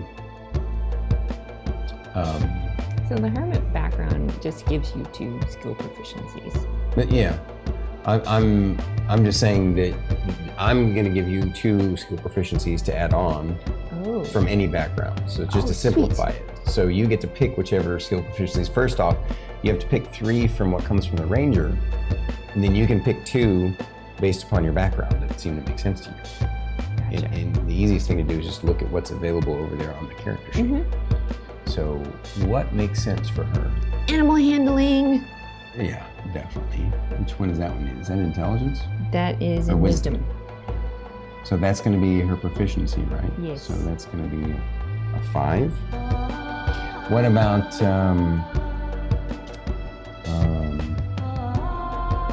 was thinking stealth and survival. stealth, which is dex? So that's, yeah, 6. Makes sense since she grew up in a dark underground cave that she'd be, or not 6, but 5. Yeah. And survival also makes perfect sense. Because of the world she lives in. Yeah. Did that put the 5 there? Yes. So that's 3, right? And then you get 2 more. What do you think about perception? She's very perceptive. Yeah. That's what I was thinking. So that also is a 5. There we go. Now your passive wisdom is decent. And 1 more.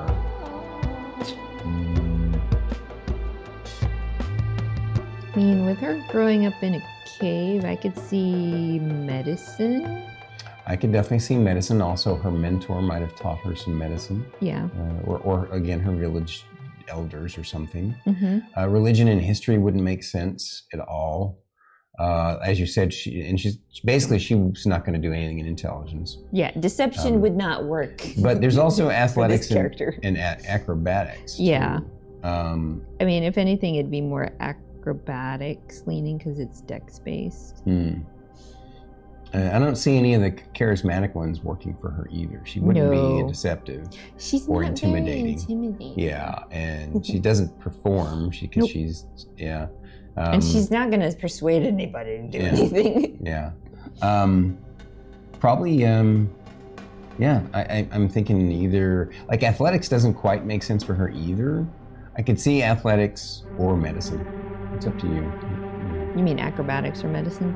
Sorry, yeah, acrobatics or medicine, yes. I misspoke myself. Oh my goodness. What do you think? That's a hard choice. Chat, what do you guys think? Now, hello. Hello, Nanao. Yeah, it is. What do you think? I could see both. Because she's still training, so that works for acrobatics, but she could have learned medicine from her mentor as well. I kind of dig medicine. For a night, flip a coin. Yeah, that's true. We do have that, but those things don't flip very well. Try. You didn't call which one it was. I'm thinking medicine makes more sense. Yeah. All right. So it looks like we've got her skills and her saving throws figured out. Yes. All right. I'll say this, that she's pretty dirt poor, but she's going to have some irregular equipment. Well, she lives in a very secluded gray elf community. Well, lived. We'll see what happens with background. It'll be interesting. Don't worry, I'm not going to do the typical trope. It'll be similar, but not. I think you're going to dig this. Okay. All right, so let's talk about personality traits. You don't have to use any of them in the book. If you want, we can just sort of make some up. So for example, personality traits, we know she's shy and naive, right? Yeah. Did I spell those right? I mean, it's like in the book, I could definitely go with number 5 for personality traits. I'm oblivious to etiquette and social expectations. I can't even see that, so you're gonna have to tell me if I'm. And what? And social expectations. Social expectations. Shy and naive. What is ideals? It's flaws.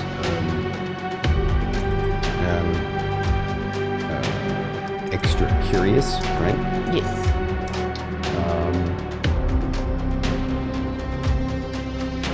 And then ideals. She wants to. And personality trait, she loves to explore too, right?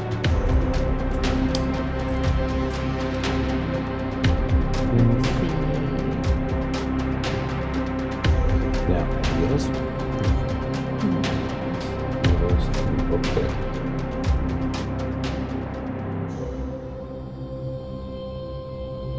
I mean, 3 fits. Inquiry and free thinking. Inquiry and curiosity are the pillars of progress. So. That's an ideal? Yeah. I mean, she grew up very secluded. When she goes out on adventures, she's gonna be like, oh, what's that? What's that? What's that? What's Right, say is again. that the sun? What was it again? Free thinking, inquiry, and curiosity are the pillars of progress. You just say that she's A free thinker. yeah. Did I spell it right? I can't read it from here. It's so tiny. Yes. Okay, free thinker. Curious. Oh, that's a ideal. Okay, I put that in a personality trait, but that's fine. Oh, okay. We can put it in both. That's fine. Dadgummit, I can't type.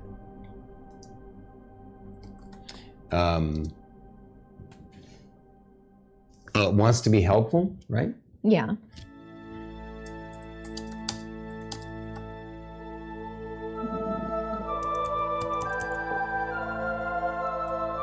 All right. Bonds. Oh wow! Like she just the person she had the strongest bond with. She doesn't have a strong bond with her family. But the person she had the strongest bond with passed away. So maybe what do the bonds say in the book? What are the bond options? Nothing is more important than the other members of my Heritage Order Association. I entered seclusion to hide from the ones who might still be hunting me. I must someday confront them. No, that's. I'm still seeking the enlightenment I pursued in my seclusion, and it still eludes me. Those are bonds? Yeah. Interesting. Maybe. I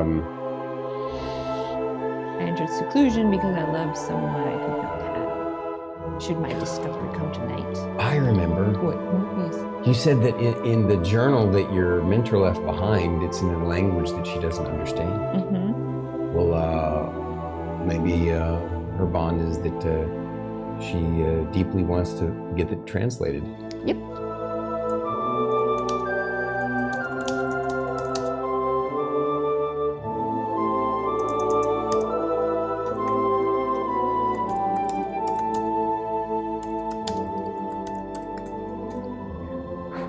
Okay, and then finally, flaws.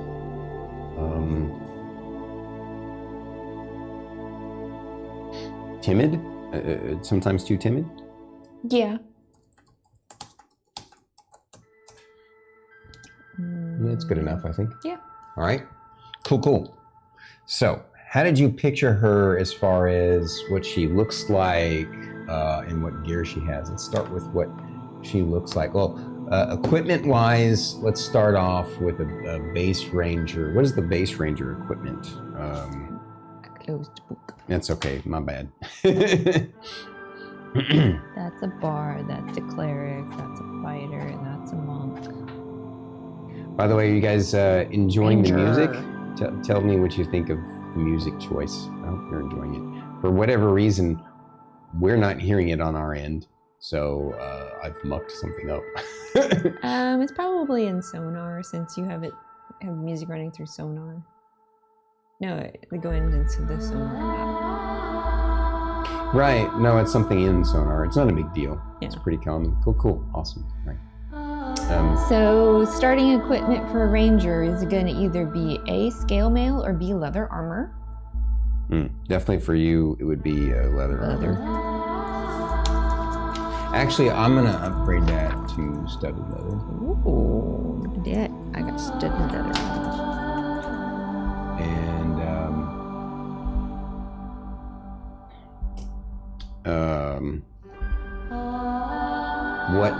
probably a longbow? Hold on. It's either going to be 2 short swords or 2 simple melee weapons. And then either a Dungeoneer's pack or an Explorer's pack. And then this, a longbow and a quiver of 20 arrows. Okay. So I will have a longbow. Longbow with 20 arrows. Okay. And then, so either 2 short swords or 2 simple melee weapons? Yes. So what sort of melee weapons do you see her having? Let's look at the weapons.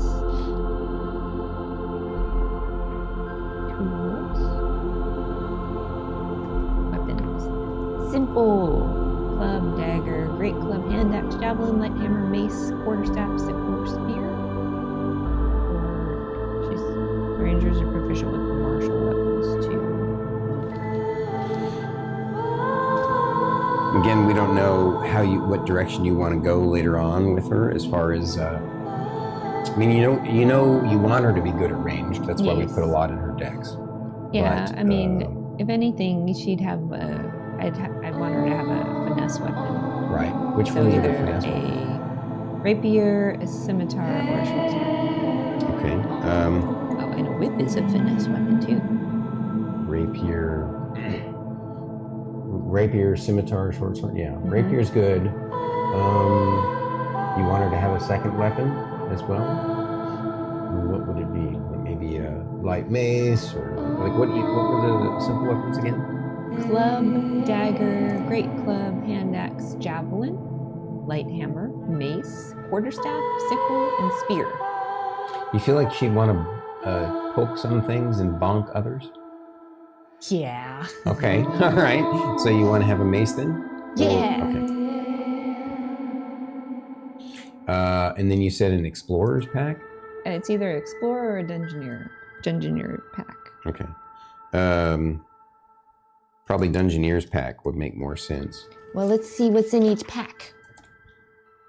Let's see. A Dungeoneer's pack includes a backpack, a crowbar, a hammer, 10 pitons, 10 torches, a tinderbox, 10 days of rations, and a water skin.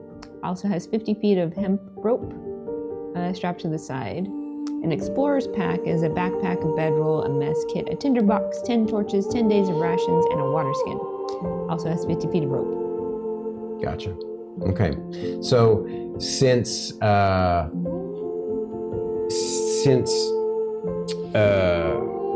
background is a little bit different in the backstory, I'm gonna just to reset the stage again and make things make a little bit more fun to reread the backstory of the world, so we can take so folks can hear it one more time who've come in late, and also to help you once we get into the rest of it, after we nail it down a bit more. Real quick, and this way you can take more notes if you need to, if you missed anything. Ready? Because all right, yeah. The iridescent blue sun of Haunt Home almost never shines on this dreary and chilly ruined wasteland. This is because the clouds never part, except for rare instances when atmospheric conditions allow the moon to peek through briefly. This world is trapped in an endless autumn overcast, including occasional fog banks drifting across the misty landscape. While the terrain and climate is chilly, it is fairly livable. but this belies the extreme danger of this post-apocalyptic undead domain. The cities of this classical Dark Ages world are in ruins, and vast Gothic graveyards cover the landscape for miles. Long ago, the original civilizations fell to a cataclysmic event called the Dark Rain, which darkened the skies for 10 years and created a mystical infection that killed whole populations by the millions. Afterwards, the calamity escalated as the dead began to rise from their graves to lay waste to the remaining populations. The worst part is that the world's priests had no more access to the powers of their faith, as if the gods were simply gone. It even drove the dragons to abandon the world and travel into the stars. This gave rise to entire kingdoms of the undead, ruling vast expanses of the land. Now, only a single living civilization is left as the lone bastion against the ever-encroaching darkness. And it is known as the Final Haven. It is led by the Archdruid Lumidius. That's spelled, you ready? Lumideus. Like Lumideus. Okay. Of the Order of the Lost Dragons. Okay. You already wrote that down. Their economy is based upon barter. This is the reason I wanted to reread this.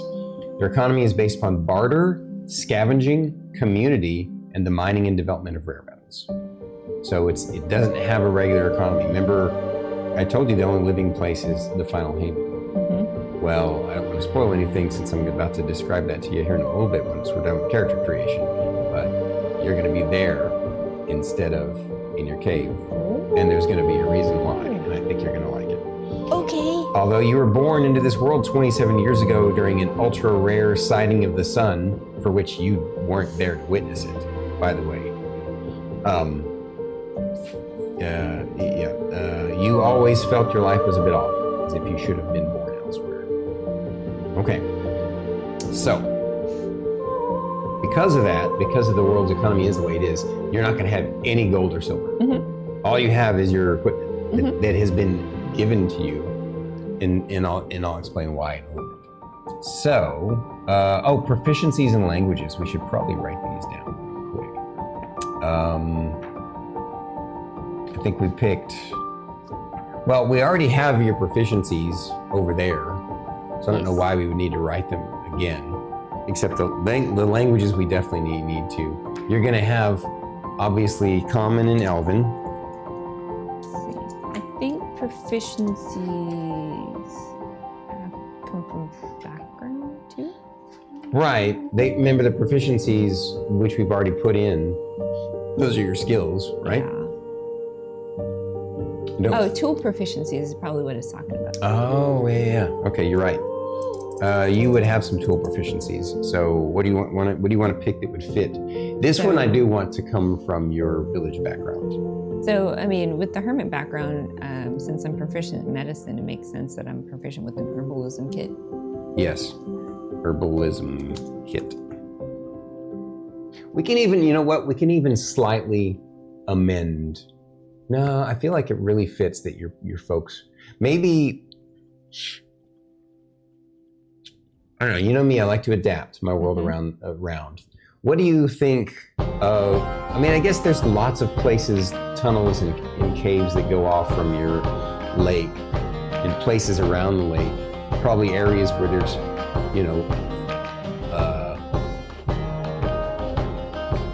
plants that have grown. So there would be herbs and stuff that you'd find in this underground world, right? So lichen and moss and fungi and stuff like that. So yeah, herbalism kit fits without you having to have ever gone out. But you learned the skill of understanding, kind of like Mau Mau from that anime that we like to watch. She tests poisons on herself because she's crazy. But Fairy Diaries. It's a great anime, by the way, if you haven't watched it yet. You should watch it.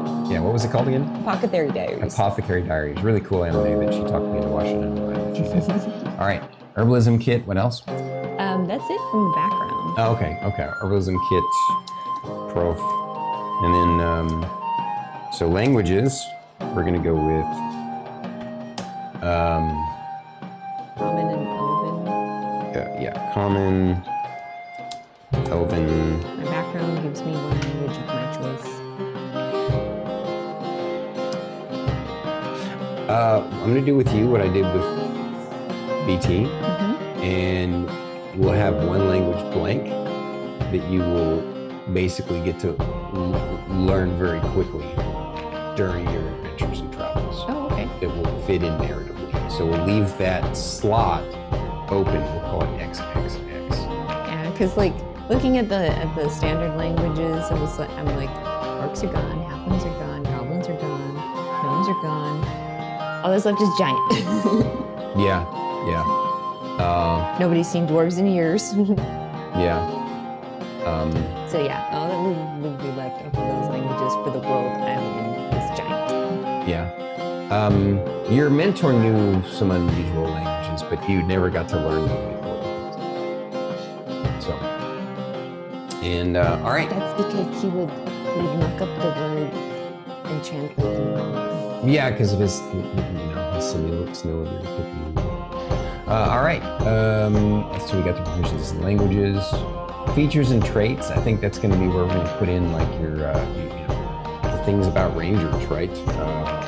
And your race. So we need to put that stuff in. For example. Yeah, favorite enemy and then right. Natural explorer. All right. So favored enemy is undead. Yep. And then, wow, I did that stuff.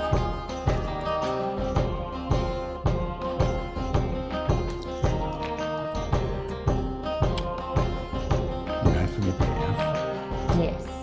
It's this keyboard, I think it's not that the battery's bad, it's just the keyboard is not registering the buttons as much as it used to. Okay, so favorite enemy, and then Natural Explorer. Yes. Wow. And then, what was the other thing? That's it at first level. Oh yeah, that's all the rangers get at first. That simplifies things. Okay, that gets us humming right along Yep, here. I don't get spells until second level. Right. So let's talk about, we already know her age is 27. What's your height? I don't know. Let's see. She's a 27-year-old elf child. Well, not child, but she's young. Like, how do you see her? Like, she will have, so, their physical body matures quickly, the same age, the same rate as humans. Oh, okay. It's their kind of, because they live so long, they their emotional and mental is moves a little slower, it's all. So. Let's make her 5'2". I don't know, I'm just picking a number. She's Okay. still short. You want to make her little bitty? Okay. Yeah. 5. She makes a great scout. 5'2". All right. And then at that, so she's probably like, I don't know, 100 pounds? Yeah. Well, she's got a decent strength, so maybe 120 pounds, 115? Yeah, let's do 115. And then eyes. What color are her eyes? Remember, she's got kind of really grayish, just a very luminescent gray skin. I think we talked about this one night. Can she have purple eyes Ooh, or lavender eyes? like you want them to be kind of like shiny violet eyes, because since she's lived underground, it would have that kind of reflective nature, like in animals and cats. Yeah. So shiny violet. Yeah. I like it. That would go really good. Purple The light and gray. through yonder window breaks. This stormy and starkity is the sun. Well said, Blue Plums. You brightened Hello, my Blue night. Thank you. Plums. Skin, great. Luminescent. Hope I spelled that right. That's a big word. And what color is her hair? Gray skin, purple eyes. Could be like a silver, black. What do you think, chat? What color do you want my character's hair to be? Black? White? Silver?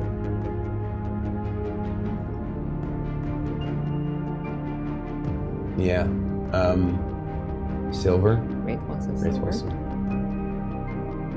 Thank you, Inferno Blue Knight Thumbs. says silver. We appreciate you lurking in our content. We appreciate whether you lurk or chat, and trust me, she is the master lurker in everybody's chats, so we understand how important and how amazing the lurkers are. So Always appreciate our lurkers. and anytime you want to chat like you just did, if you want to pop in with a cool little poem like that, I'll gladly read that out for you. Yep. I love it.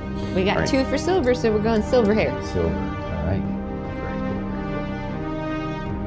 cool. I think that so it's sort of a luminescent, maybe luminescence, but maybe we'll just call it just feel like just gray, just a light gray skin, right? Yeah. And so with the purple eyes, I think the silver hair. Ooh, what about silver with black streaks? Ooh. I got streaks in my hair. You like this?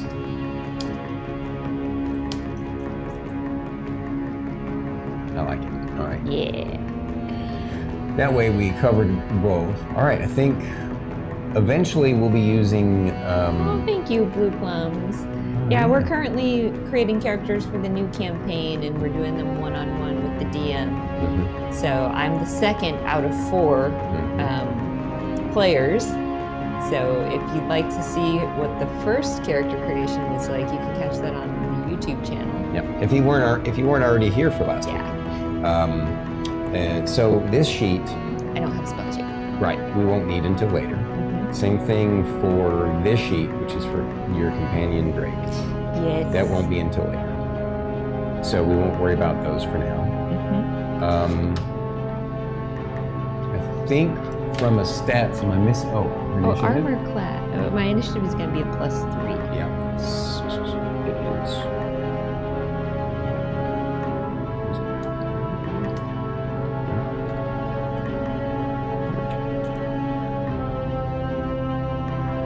Oh, there it goes.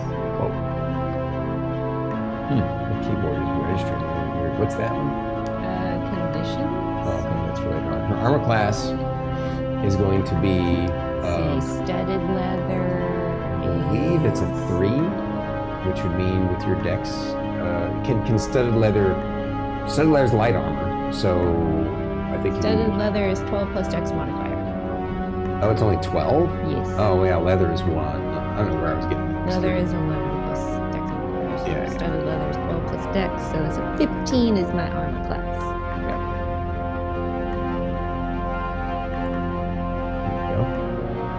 What's that? Boons. Okay. You don't have anything like that yet. Your movement rate is. Oh, I see. 30 feet. There we go. Did I mess anything up? What's this first one here? That is going to be weapons. All right, longbow attack bonus is going to be proficiency plus your dex, right? Which is Yes. 5. And then I believe it's a D8. Longbow is a D8. Yes. And it's plus the dexterity modifier for damage, I believe, correct? I think so. Which is for you right now. 3. That's not 3. And then your rapier is also. Since it's a finesse problem, it's going to be 5. It's a D8. D8 plus 3. Now, the mace is not a finesse weapon, is it? It is not. So it's going to be a 4. D8 plus 2. Mace is a D6. Oh, sorry. Is it a light weapon? It is a light weapon. Okay, It's cool. it's a simple melee weapon. Oh, it doesn't say it's light? It does not. Okay, maybe you wouldn't want that as your secondary weapon then. So light weapons are going to be the club, dagger. Dagger is also a finesse weapon too. A hand axe, a light hammer, or a sickle. And the only one that's a finesse of those is the dagger? Yes. What do you think? Would she want to have? I mean, I'm thinking if you wanted to be bonky like we talked about, because your eyes lit up and you smiled when I said that, you want to go with a club, just a basic stick. Yeah, I can go with a club. It's obviously not a finesse weapon. Club. It makes more sense too. Although again, this gear has been given to you by. It'll make sense. Oh, yeah. All right. So I think we got everything. Don't you? I think so. All I mean, right. unless you want to fill in hit dice. Hit dice is a D10. Oh, where's that at? It's under initiative. Oh yeah. It's it's 1d10, right? Yes. Because you're currently 1 hit point. And that is current. All right. We've done well. Shay, the Gray Elf Ranger, one day to be a Drake Warden Ranger. Yeah. I love it. Let me go take a quick potty break, and you can entertain the troops, and then I'll come back, and you can take a potty break if you want to. Okay. And then we'll get back into that kind of. Remember, I told you that after our discussions, I kind of fleshed some things out, some stuff. I'll read a little bit more of your backstory and fill in the gap between your background that we discussed tonight and where we're going to be starting tonight, your origin story. And then I'm going to be reading you the origin story. I get to find out how I left the cave. Right. And we're going to be doing the one-shot encounter too. So it's going to be awesome. All right, I'll be right back. I'm super excited. I'm super excited to play this character. Because, yes. Personality for this character is actually something I've had in mind for a while, and just trying to figure out when I could play the character. So, yeah, what do you guys think so far of my character? She's gonna just be like, so hi, how are you? Little timid from time to time, but confident timid in a way. So, man, I'm trying to remember the last time I made a first level character too. It's been so long. It's been so long. 13 hit points. Am I going to survive? Oh, thank you, Zuba J. You like my character? I like her too. I'm just waiting for everybody else to find out what's going on with my character.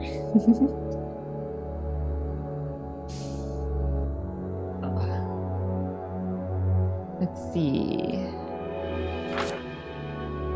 It's like no matter how many times you make a character, there's always going to be the times when you're like, did I remember everything? Did I put everything down? I don't know, I definitely like it. I'm excited to see how she fit in the story. Oh yeah, her later development as a person and a fighter. Yep. Character creation with the best parts. Oh, you're a min-maxer, Wraithwall? Ooh. What was the last character you created? What was their race? What was their class? Were they multi-class? But yes, Okay, I am definitely looking forward to seeing how this character fits in with everybody else. Me too. Let alone just to see everybody's reactions to, like, wait a minute, StarKitty's what? The White Crystal Dragonborn Monk. That's pretty cool. I love the idea of a Dragonborn Monk. Very slick. Very neat. So, I'm super stoked about Shay, the Drake Warden Ranger. And I think you guys are going to really dig the fleshed out backstory that I have that we've discussed, and the surprise that she's going to get, and then the origin story one shot tonight. Pretty neat. We're pretty efficient at this, so tonight's stream might be a little shorter than usual, but that's okay. We'll see. I have quite a bit written. We got through the character creation pretty quick, as you guys saw, which is understandable considering we've been doing this a long time. For folks new to the channel, I've been playing Dungeons and Dragons since 1981. The original BX sets, what they call BX. It's basic expert sets. And then I transitioned to Advanced Dungeons and Dragons, and then Second Ed, then 3.0 and 3.5, kind of glossed over 4th Ed, and then 5th edition. I like all the editions for different reasons, with the exception of 4th Ed. We don't talk about 4th edition. We don't talk about 4th edition here. But I do have an idea for future character that I would be interested in playing. Oh. And it would be for a class that I've not played before. Oh. A Tabaxi monk. Oh, now that's an interesting idea. I like it. Cool. No worries, Inferno. Take your time, and we appreciate you so much. It's all good. And we're glad that you're here for the new campaign, for sure. Yeah, and if you have any D&D questions in Inferno Night, don't hesitate to ask. Yeah. Please post them in the Discord. We love when people interact in the Discord. Yeah. So very cool. We love you guys. And yes, I do apologize if this stream does go a lot shorter than normal because I am a veteran character creator. Yeah, we did good. We did good, but that's all right. So, I have 16 years under my belt. I know, right? Wait, what do you mean 16? Almost 19. Almost 19. Because we literally met playing D&D. This is true. Yeah. Backstory. All right, since we're talking backstories, why don't you tell the story? So when I met Stormy was through mutual friends, and I was dating somebody at the time, and I expressed interest in playing D&D to my then boyfriend, who was like, yeah, I kept telling me for like months, like, yeah, I'll teach you how to play, never got around to it. So when I met Stormy and his friends, and they were getting ready to start a D&D group, I was like, I'm interested in learning. Yeah, we had just barely started a campaign, and she worked with a friend of mine, actually two, right? Two friends of mine who were in my D&D campaign, and they all worked at Blockbuster together back when Blockbuster existed. And she was intrigued, and so one of the days I was in renting a movie. I guess our friends told me that you were interested.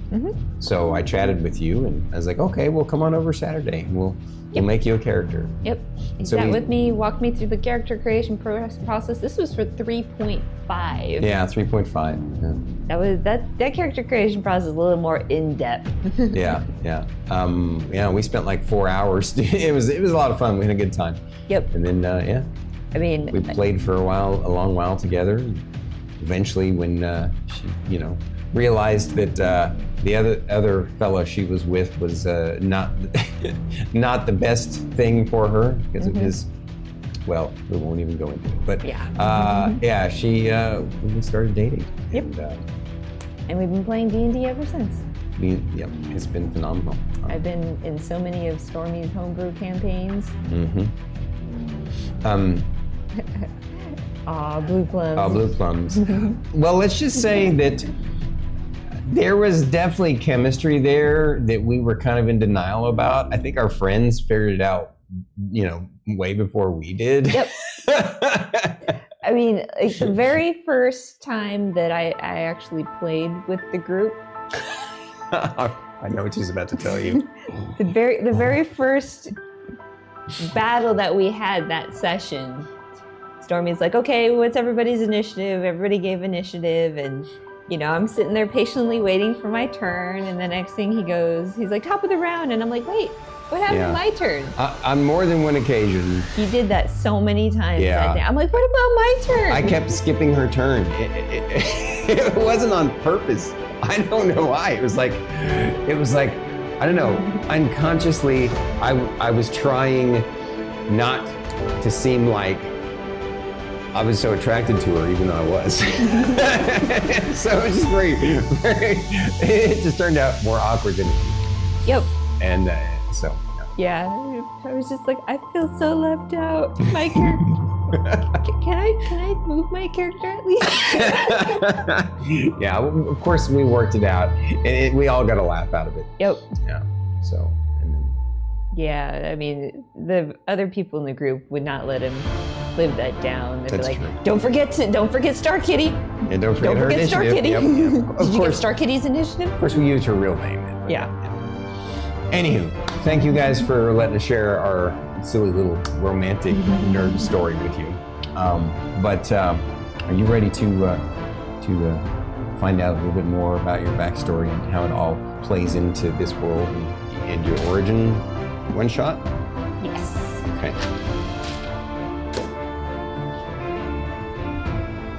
Oh, you're welcome, Blue Plums. All right. Blue Plums, do you play D&D yourself? Yeah, that's a great ask. Aw, thank you, Spiper. Spider's so awesome. Yes, Spiper's amazing. All right, you ready for this little bit of backstory here, back history? Yes. All right. Your journey to get to this point in your life has been a strange one. Almost 6 months ago, you had been living your life quietly in a massive underground lake settlement that has been hidden and relatively safe ever since the Dark Reign over 160 years ago. Your people had easily adapted to life underground during these many generations, and even evolved with new characteristics like extended dark vision and light gray skin. I forgot to add my elf characteristics under features and traits. Okay, you'll get that. Yeah. You were one of the newest births of your people at just 27 years ago. You always felt sheltered and bored, as if you should have been born elsewhere, and you always wondered what the outside world was like. You were mostly content to spend time with your friend and mentor, the human refugee, Dalius Windchaser, known amongst your people as Dalius the Addled, because of his fanciful fairy tales and mild senility. Your people found him at the edge of the tunnels which led out of the mountain and took him in as a refugee. They never believed any of his strange stories, but you did. You loved hearing him tell his tales, and it made you curious to experience the outside world, even though that was utter taboo amongst your people.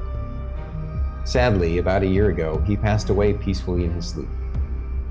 It was almost as if he knew it was coming, because the day before, he made sure that you knew that his favorite rock and his fancy book were to be yours when he died. You had mostly overcome your grief and were getting back to the business of living, but that was all about to change. One night, you had trouble sleeping and decided to go chat with your cousin who was on guard duty. As usual, you found he had fallen asleep again, even though he was always getting into trouble for this behavior. Just as you were waking him up, a terrifying, 5-headed green-skinned giant emerged from the darkness of Taboo Tunnel, which is the exit out to the overworld. Luckily, you were there because you and your cousin ran quickly to ring the town bell and wake everyone up. You also helped direct some of the villagers to take shelter away from the beast while it was rampaging in against the town defenders who had rallied to fight it. Tragically, many of your bravest Dark Elven warriors, including your cousin, died that day trying to hurt the creature, but it just laughed as its wounds healed up. During the fight, your oldest living village elder realized that it was an advanced troll of some kind and surmised that you all were not going to be adequate to defeat the troll. He recalled some of his knowledge of the giantish language and tried to parley with the monster. Eventually, they struck the only bargain it was willing to make.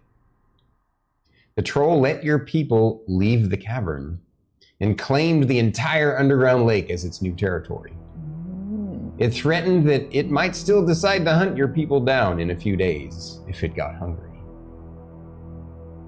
Reluctantly and with great trepidation, your people left their safe, secluded underground lake area and ventured into the outside world. It was very rough going, wandering across the cold Gothic wasteland that you all had never experienced before.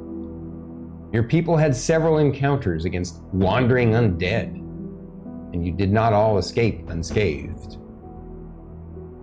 Eventually, your people ran into a scout patrol months later. Hang on a second. Back that up a second. Months later, your people ran into a scout patrol of actual living people who claimed to come from the only living civilization left in the world. They were very surprised and happy to see your people and escorted you back to their valley stronghold. In the end, only about a third of your villagers, including your parents, survived the journey. Yes, my parents lived. Yes. Despite the tragedy, the people of Final Haven have taken you in with open arms. I'm glad they didn't think we were undead with our gray skin. Things were a little touch and go there for a bit.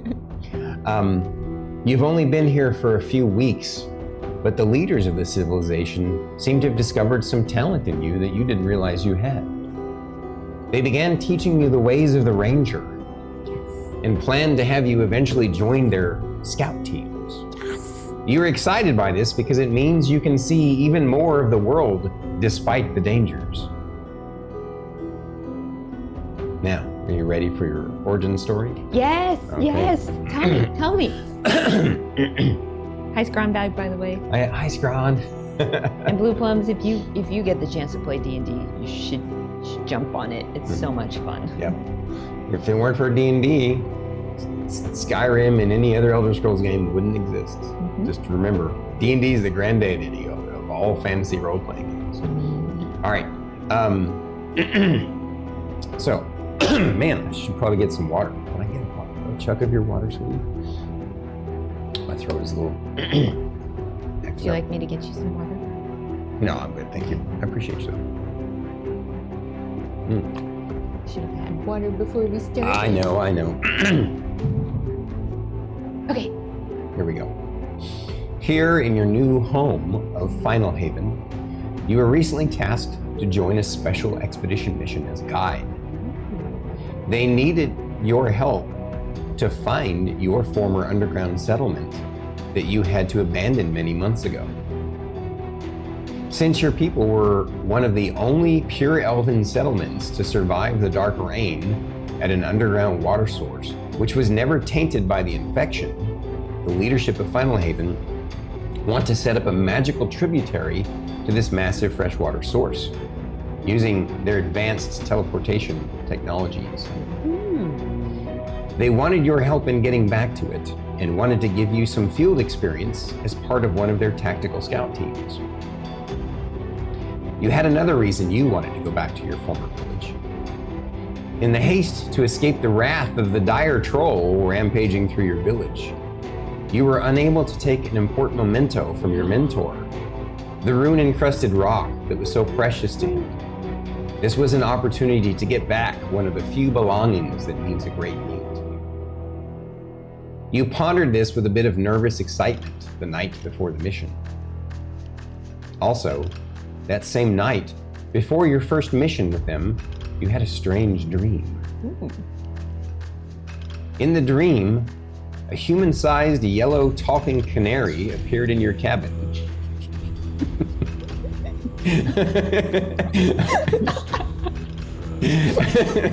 It spoke in the voice of your mentor and warned you of a vague impending doom, and that you forgot to shut the door. It then suddenly transformed into a small dragon and flew away into darkness.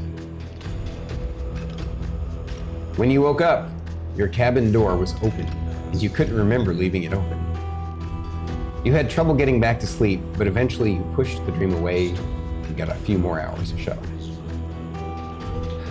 I'm gonna pause there for a second. The reason why we were laughing so much is I added this little embellishment in and sort of an inside joke because of something that we went through with. That's why she belly laughed from that one. I knew that you would get a kick out of that.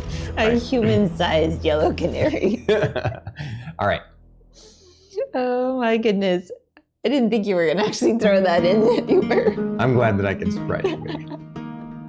Ready for the rest? Yes. Here we go. The next day, your mission started really well. It seems being a ranger comes naturally to you, and you are able to help guide the experienced team across the landscape, and their expertise allowed your group to avoid conflict against wandering undead. Furthermore, things seem to be going well back in the tunnels, as the scout team were able to bravely assault the hideous dire troll that killed many of your people and drove you away from your underground home. During the fight, you were able to race over to your old hut and grab your previous runestone. Yes. The assault squad wanted you to stay back and hide anyway, since the monster could have killed you in one shot. Once the creature was felled, your team began exploring the outer edges of your village. Your team noticed a strange dark tunnel in the back part of your village that seemed odd to you. It seems the dire troll had uncovered a tunnel your people had covered up long ago. You and one of the scout team leaders, a human fighter rogue named Gordy, were discussing the tunnel as he was about to walk into it, when you suddenly remembered that this tunnel was blocked off because it was unstable. You instinctually took a step in front of him to stop him from walking into it. But suddenly the ground gave way underneath you, plunging you into an underwater stream tunnel. The last thing you saw in that moment was Gordy reaching out to grab your hand, but then having to jump back to avoid falling into the crevice as well. In just a few minutes, you were swept miles away into a part of the tunnel system your people were never able to explore. And that is where we're going to begin. At least I got the rock. Yes.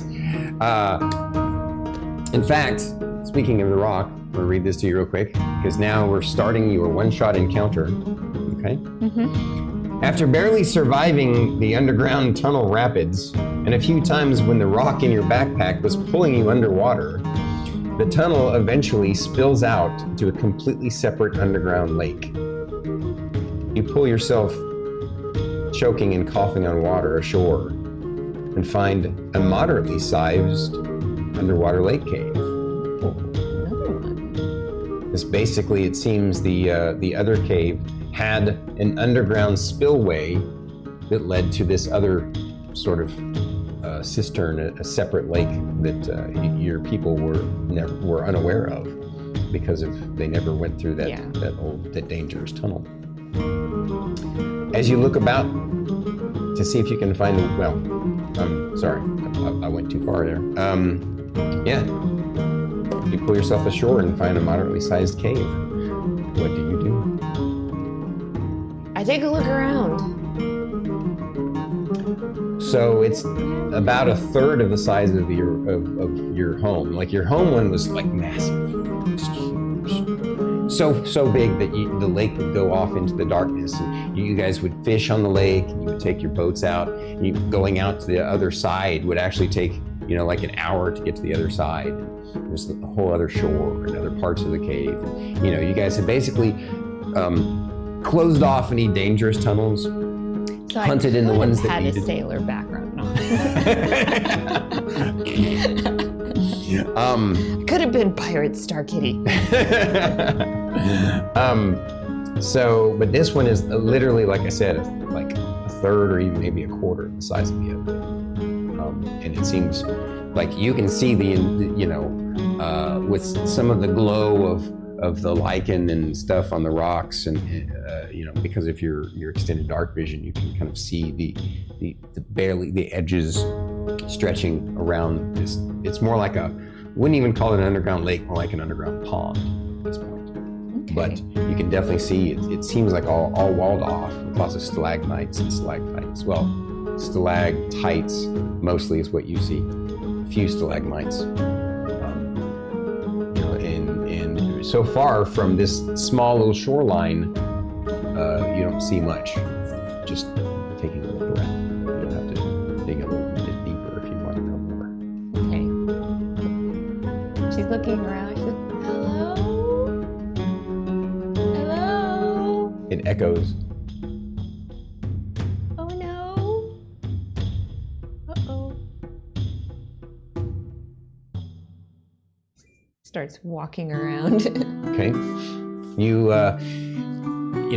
go to the outer edge of the shoreline where it basically becomes a cavernous wall with some stalagmites, all along the wall's edge. Walking along the wall, looking around. Yeah. Eventually, after spending some time looking about for a way out, you do find a crack, a deep crack in the wall. It seems to be the only egress from this area. Because going back from, through the tunnel that you slid down is impossible because of the way the rushing water is coming down. It's big enough for my character to walk through? Yeah, it's narrow, but you're gonna have to kind of shimmy your way through it. All right, Shay. This is our only hope. We're not used to this, but it's okay. It's all right. We can do this. Maybe. Okay. Let's go. All right. So you start to make your way, crawl your way, shimmy your way through the crack. It goes on for quite some time. Roughly several minutes, several hundred feet. Eventually, the narrow tunnel leads to a crossroads. It basically opens up, the crack opens up into another, it opens up through another wall into what seems like a smaller cavernous chamber, but you realize that this tunnel seems to kind of be like someone has carved it out. Maybe it was an old mine or something. And you notice also in this small chamber that there are basically this crack opens up into a wall, into a chamber that splits off into two different tunnels. The tunnel on the left seems to slope downward into more darkness. Also, you think you can hear the sounds of breathing or growling coming from it. The tunnel to the right slopes upward, and you think you can see a faint bit of light flickering deep in the distance. She's standing there looking at the crossroads. She sees light. She's like,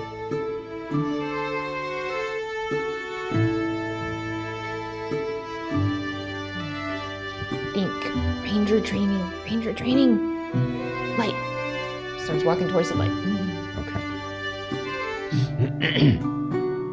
The sloped tunnel, as it kind of rises up, goes on for easily 200 feet at least, which is why it was, you couldn't see what the light was coming from at the edge of your 120-foot dark vision, but you could see the light kind of pinpointed, flickering in the darkness. And as you get closer and closer to it, you approach the light at the end of the tunnel, as it were. Unfortunately, you're greeted with another small carved-out chamber that appears to be some sort of temple. It's a very small chamber, probably imagine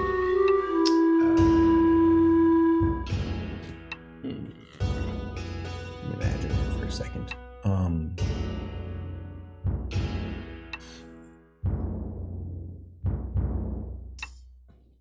About let's see. Yeah, about 20 feet across on each side. So pretty small. Actually, not quite that big even, like 15 feet across on each side. Okay. So 15 by 15 chamber.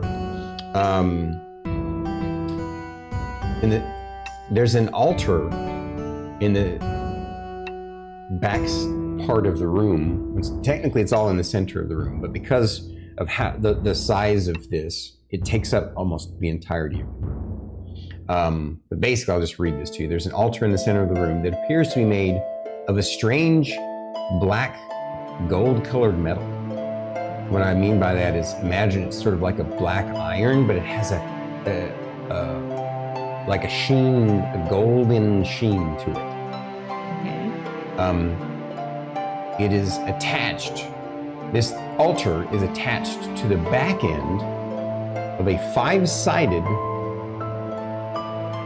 metal dais that is also made of that same black gold colored metal.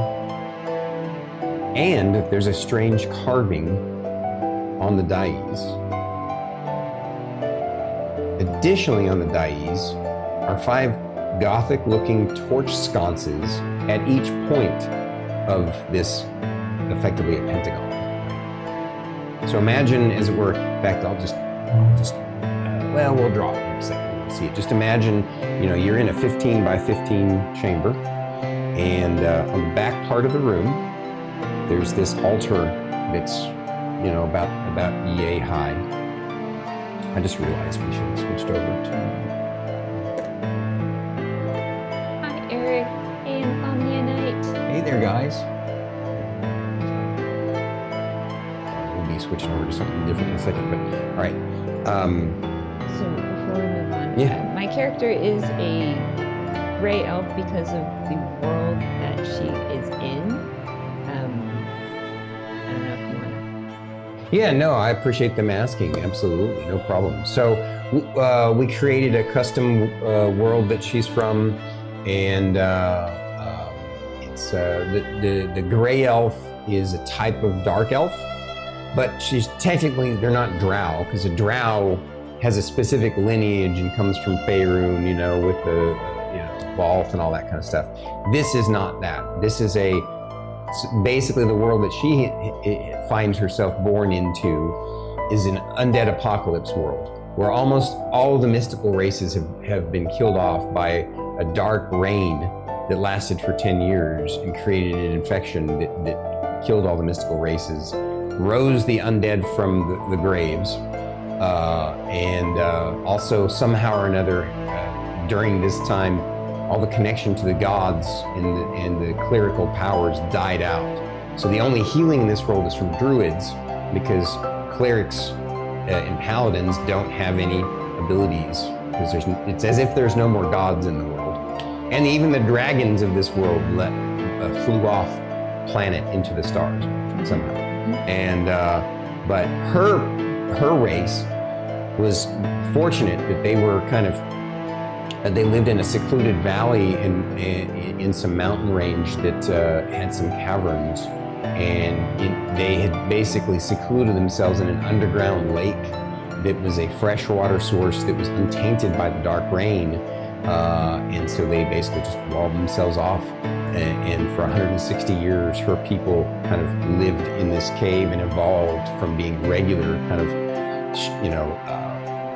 I guess you would call them just sort of forest elves or mountain elves. They were kind of more mountainous elves. Mm-hmm. And they just evolved into these gray-skinned with dark vision out to 120 feet, kind of a unique kind of race.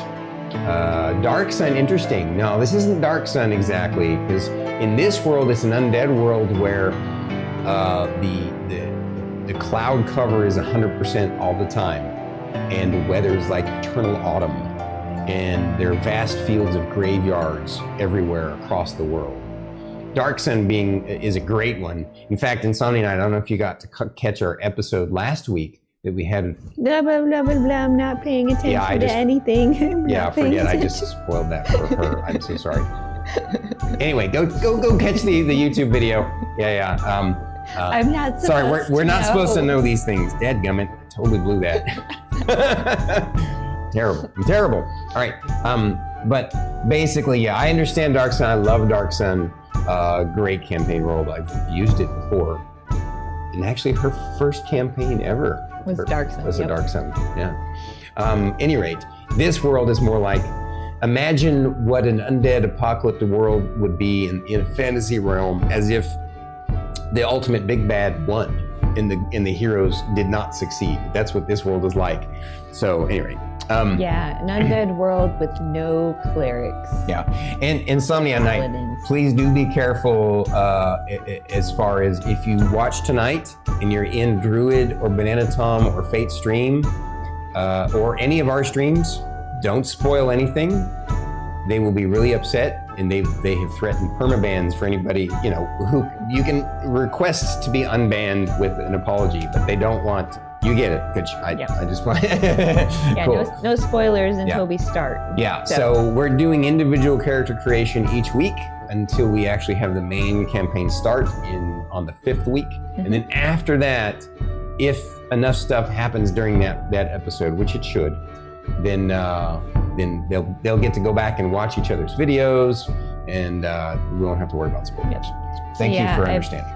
I've made a first level character. She's a ranger. Yep. Here, I'll show, since they just popped in and we're having fun here, I'll show that real quick. Was that this one? Yeah.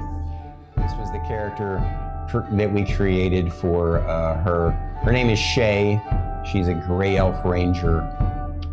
She's eventually going to be a Drake Warden, which is going to be that's really my subclass there, Pelicanon. Really interesting as to why that's going to be the case. Considering that she's from this undead world where there are no dragons. Yeah. So trust me, it'll make a lot of sense later on. I think you guys are gonna dig the way I bring it all together. So okay. Anyway. So yeah, we're in the middle of my one-shot origin. One-shot origin. I just got separated from the scouting team that I was with. Yep. Let me go back to this. All right. Real quick, I will re-describe this part to you again, just so we get back into the frame of mind. As you approach the light at the end of the tunnel, you find a small carved-out chamber that appears to be some sort of temple. There's an altar in the center of the room that appears to be made of a strange black gold colored metal. It is attached at the back end of a 5-sided black gold colored metal dais with a strange carving on it. On the dais are 5 Gothic-looking torch sconces at each point. They are also made of the same black gold metal, and they also seem to be attached to the dais. 4 of the 5 sconces are lit with a magical fire, which is why you saw the light down the hallway. What do you do? Actually, let's see. We should probably find you a character.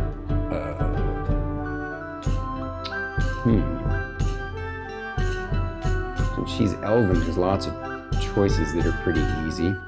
Wow.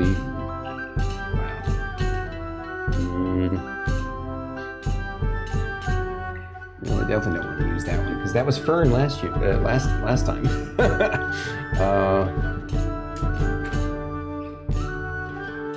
Could have sworn we had a really cool, a new one that was a female, but the elf with a bow.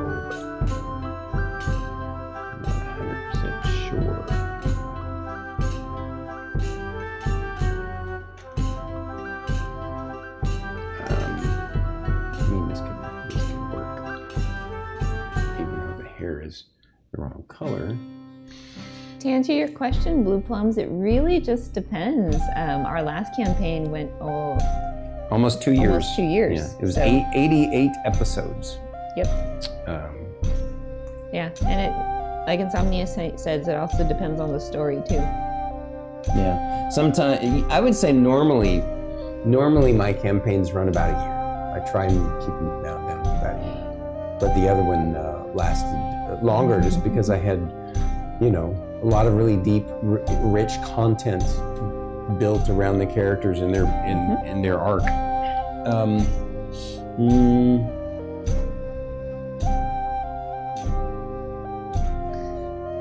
I will try, but no guarantees there, Kieran. What did he ask? He said, no yawning, Starkitty. It's not because she's bored, it's a breathing thing. Okay. Oh, really, Insomnia Night? Your Wednesday night game's been going for almost 3 years? That's awesome. Nice. That's amazing. All right, so here's a few choices. Some of these are dudes, but it's up to you if you think that they'll work. That one kind of is cool. This one is neat. You've used that one before. Yup. This is a guy, but I don't know, and there's this one you've used before as well. In fact, I think you're using that now. I think so. I like this one. You like that one? Yes, I like this one. All right. She has been chosen. Perfect. Me.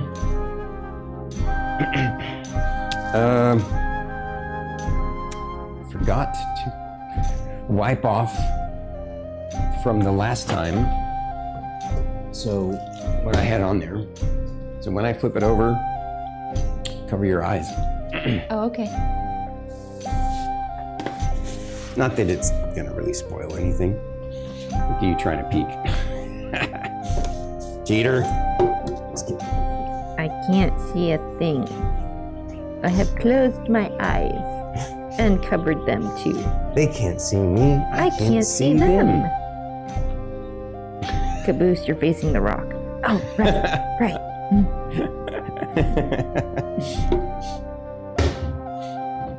Can I look now? Yes, you can look now.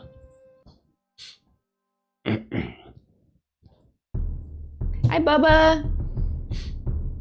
Sorry, they couldn't see what I was doing there. All right.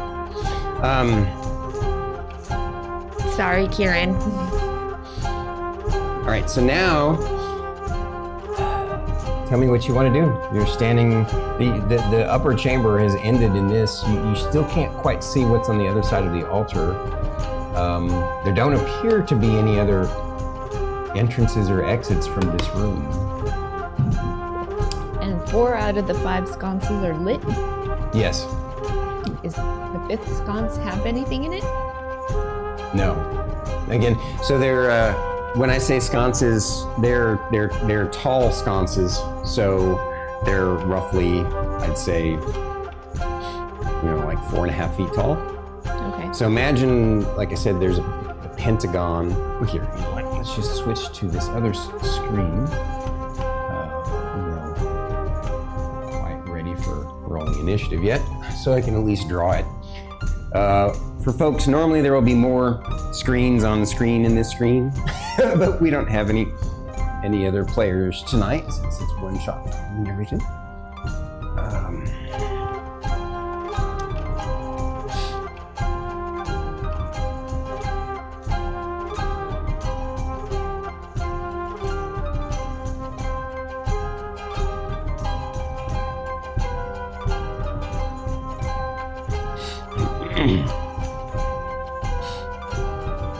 Let's see how badly I screw up making this pentagon.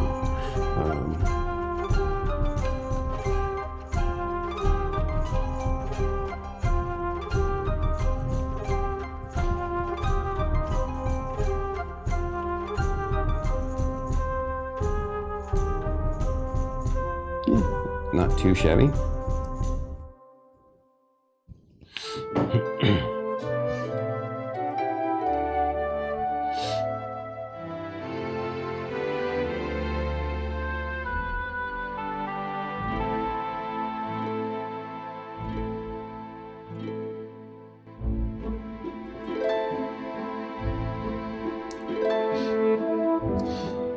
You think, all right, so your character is standing here.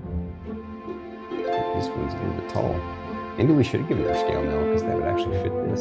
True. But then you can't be as sneaky. Yeah. You'll get. She's just a representation. Yeah. Hey, she's got a bonker. Yep.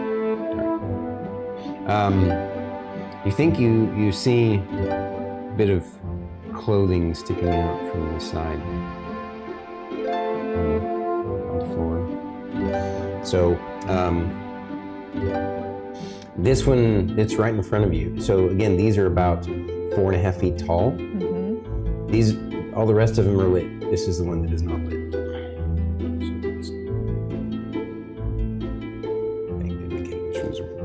But that one's empty. That one's, yeah. I mean, they're all empty except for they have flame in them, right? I want to make my way back here and see what this clothing is. Okay. So you only have to step maybe 10 feet in, like 5 feet. You can step over here, look around.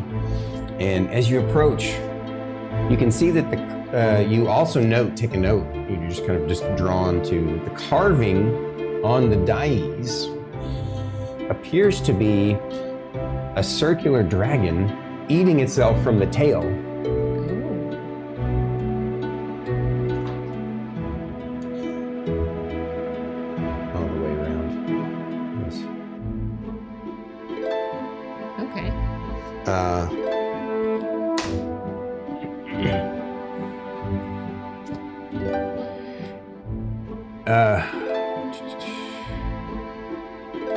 And again, the altar appears to be attached to the dais. You now also notice a dried up old corpse laying behind the altar. Looking closer, it looks, let's see, you probably need a little bit closer. About to there. It looks like the corpse is holding a rusty old knife to its own arm. The gruesome scene almost looks as if the person was purposefully bleeding themselves on the altar. Interesting. Unfortunately, before you have a chance to investigate further, you hear a grunting sound behind you. You reel around to see a Grimlock has wandered into the room and is lunging towards you. Roll for initiative. Dang it. So, your people know what Grimlocks are. In this world, they were a tribe of cannibal humanoids, these gray-skinned cannibal humanoids that lived in some of the tunnels and competed for resources across the lake with you. But you guys had mostly dealt with them and very rarely had to deal with them anymore because you would easily drive them away and would block up those tunnels.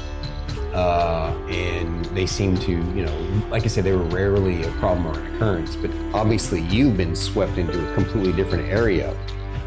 And yeah, let me find something that would make a good Grimlock, because I don't think I have a Grimlock mini. I figure I do would be good enough. It's too tall. I want to double check that I don't have a Grimlock mini. Because it would be really cool if I happen to have one. It's too big.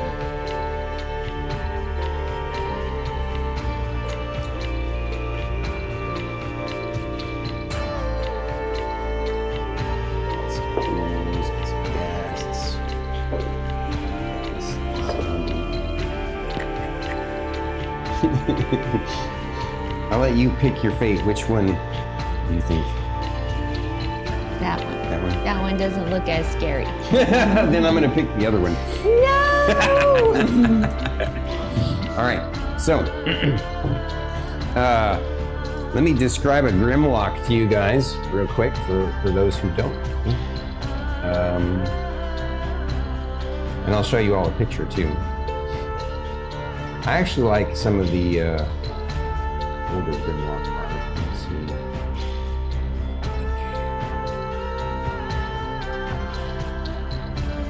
Yeah, scheduling is always the hardest thing for a D&D group. Indeed, indeed. Oops. Especially when you have multiple people. It's kind of like, okay, does your schedule work for this day? Yes, yes, no. Okay, what about this day? Yes, no, no. Bring up their stats for myself and show you a picture. There's lots of different pictures on it. So the interesting thing about Grimlock, well, I guess oh,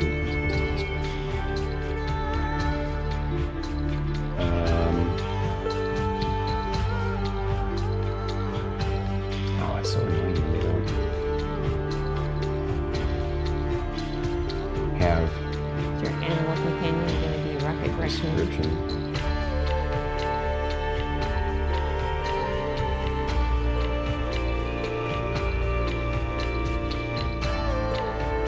All right, so Grimlocks were a race of, in their actual kind of Forgotten Realms history, it calls them Grimlocks were a race of monstrous humanoids that lived in the Underdark, the degenerated descendants of humans who had wandered into its depths centuries. So, but obviously in this world it's a similar background, it's just there's no Underdark. There's sort of a pseudo Underdark, but it doesn't go nearly as deep, and there's not like a big culture underworld and stuff.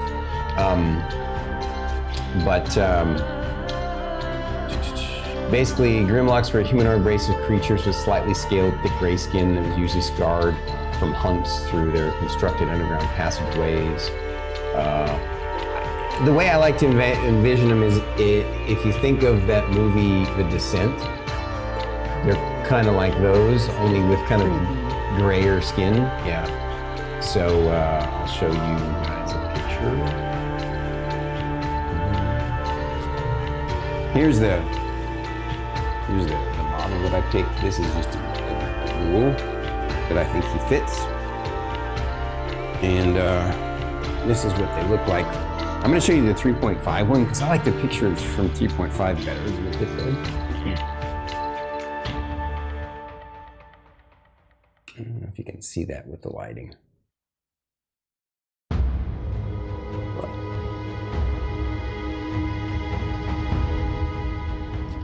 Anyhow, very cool.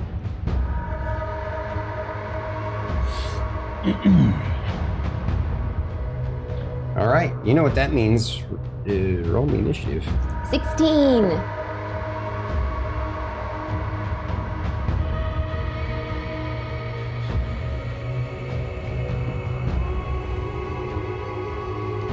Oh wow, I beat you by 1. No.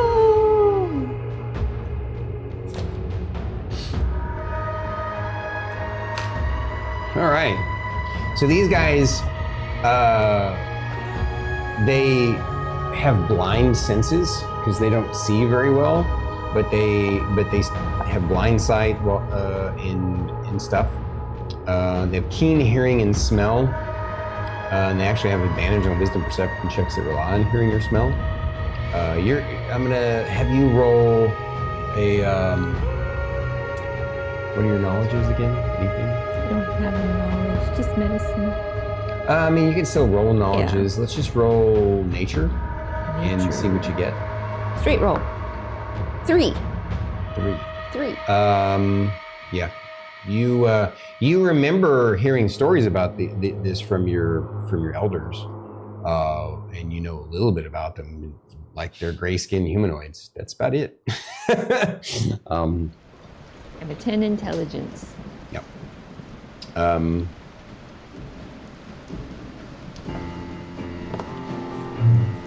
He lunges after you with this spiked bone club. Steps up, takes a swing.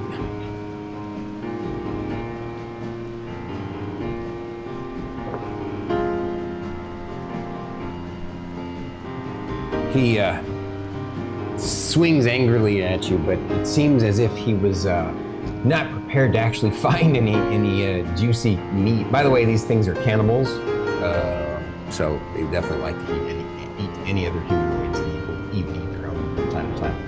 But yeah, it was not expecting to find yummy meat, and so it got too excited. It swished, missed you completely. It is now your turn. All right, I would like to have a better attack bonus with the rapier. I would like to draw my rapier. Okay. And take a swing. Yes.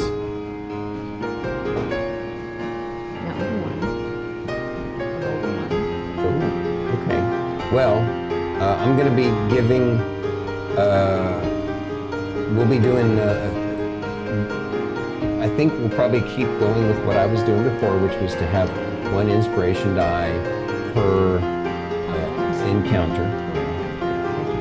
And so, if you would like to use your. Oh yes, I would like to use my inspiration. To reroll. She was caught off guard too. Yeah. That's better. That's a 13 plus 5. 18. Definitely. That's going to hit.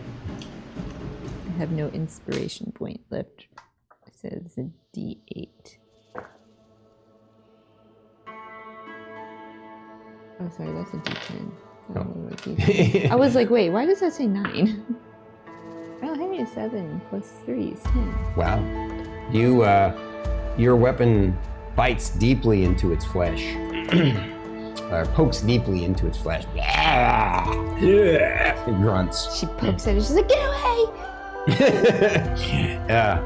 It swipes hard at you with its spiked bone club once again, this time more angrily.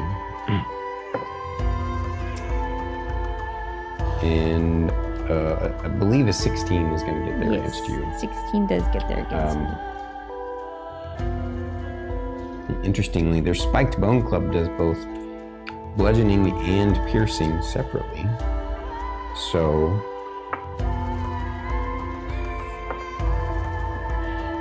take 8 points of damage Jeez. from its spiked club.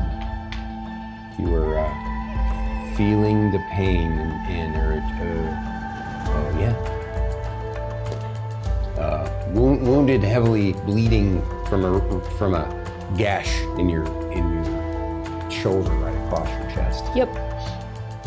I'll take another stab at it. Mm-hmm. That's a 16. 16 will hit. 9 points of damage. This Grimlock seems hardier than you're used to hearing stories about these things.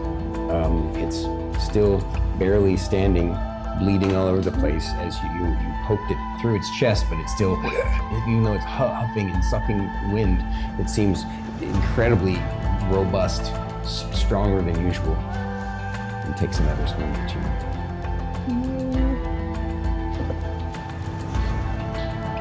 Narrowly misses. All right. She takes another stab at him and says, "Stop it!" 14.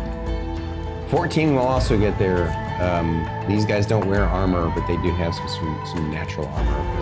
4 points of damage. And that's enough. You pierce him through his neck. You hear a gurgling sound as his body slumps to the ground.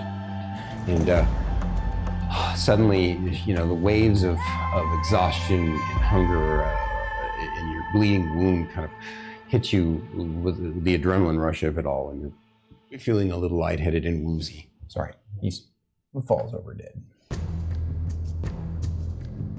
You should have spun him around. He dies basically falling off of the dais, which is just about a foot off the floor. You're standing there amongst it. And as you're standing there, breathing, your heart racing, breathing hard, terrified because you just felt in your gut that if it had hit you one more time, you would likely be its next meal. But you defeated it by yourself, this nasty creature you've heard stories about from your people. Your first victory. You were excited and with the adrenaline pumping through you, but now suddenly this exhaustion hits you. You noticed your blood kind of pours out and drips onto that strange carving in the dais. As soon as it does, the blood hitting the dais lights up a strange glow from the Ouroboros in the center. And then suddenly the torch, the fifth torch, lights up right before your eyes. And as it does so, for some reason, you suddenly feel incredibly woozy, as if something is draining you of your power, of your life, of your consciousness, and you pass out. The last thing you see is a flash of goldish light. And that's where we're going to be leaving until the next campaign, or the beginning of the campaign. Oh no! Oh no! I won, but oh no! Yes. Apparently, somehow or another, I don't know, maybe your, what you did there seemed to have activated the final activation of this thing. Well, as a player, it's like when you describe, it's like, yeah, you see a knife, it's like he did something. I was like, okay, I guess blood activates it, but whose blood, mine or the beast? No, you stuck him, and when he died, he fell off of the dais, and it was your blood getting on the dais. He's not undead. No, he's not undead. No. I was still thinking, it's like, oh, I forgot to ask, is he an aberration? Because I thought I had aberration still written as my favorite name. Well, he's not. He's a humanoid anyway. Okay. So, not aberration or undead. So, it'll be interesting to see what happens on, it'll be not next week, not the week after that, but 3 weeks from now, three Saturdays from now. Yep. It'll be interesting to see how everybody comes together. My character's gonna show up wounded because she's at 5 hit points. I'm super excited, Starkitty. The character, the concept is amazing. I think the other players are going to really dig it, and I think you all are going to play off of each other in unbelievably hilarious and fun ways. So for sure, this was a great night. What do you think? Are you excited that you got all your mementos? You got the rock. You got the ruined rock from your mentor. Yes, I got the stuff that means so much to my character. It's too bad. Things were going good. You were on a roll. But then suddenly things got awry. Yep. Of course. I mean, they had to. Man, the scouting party is gonna have to break some bad news to my parents. Yep. She didn't make it back. Yep. We lost her. Who knows how hard they'll try and find you, because where you went down is pretty tough.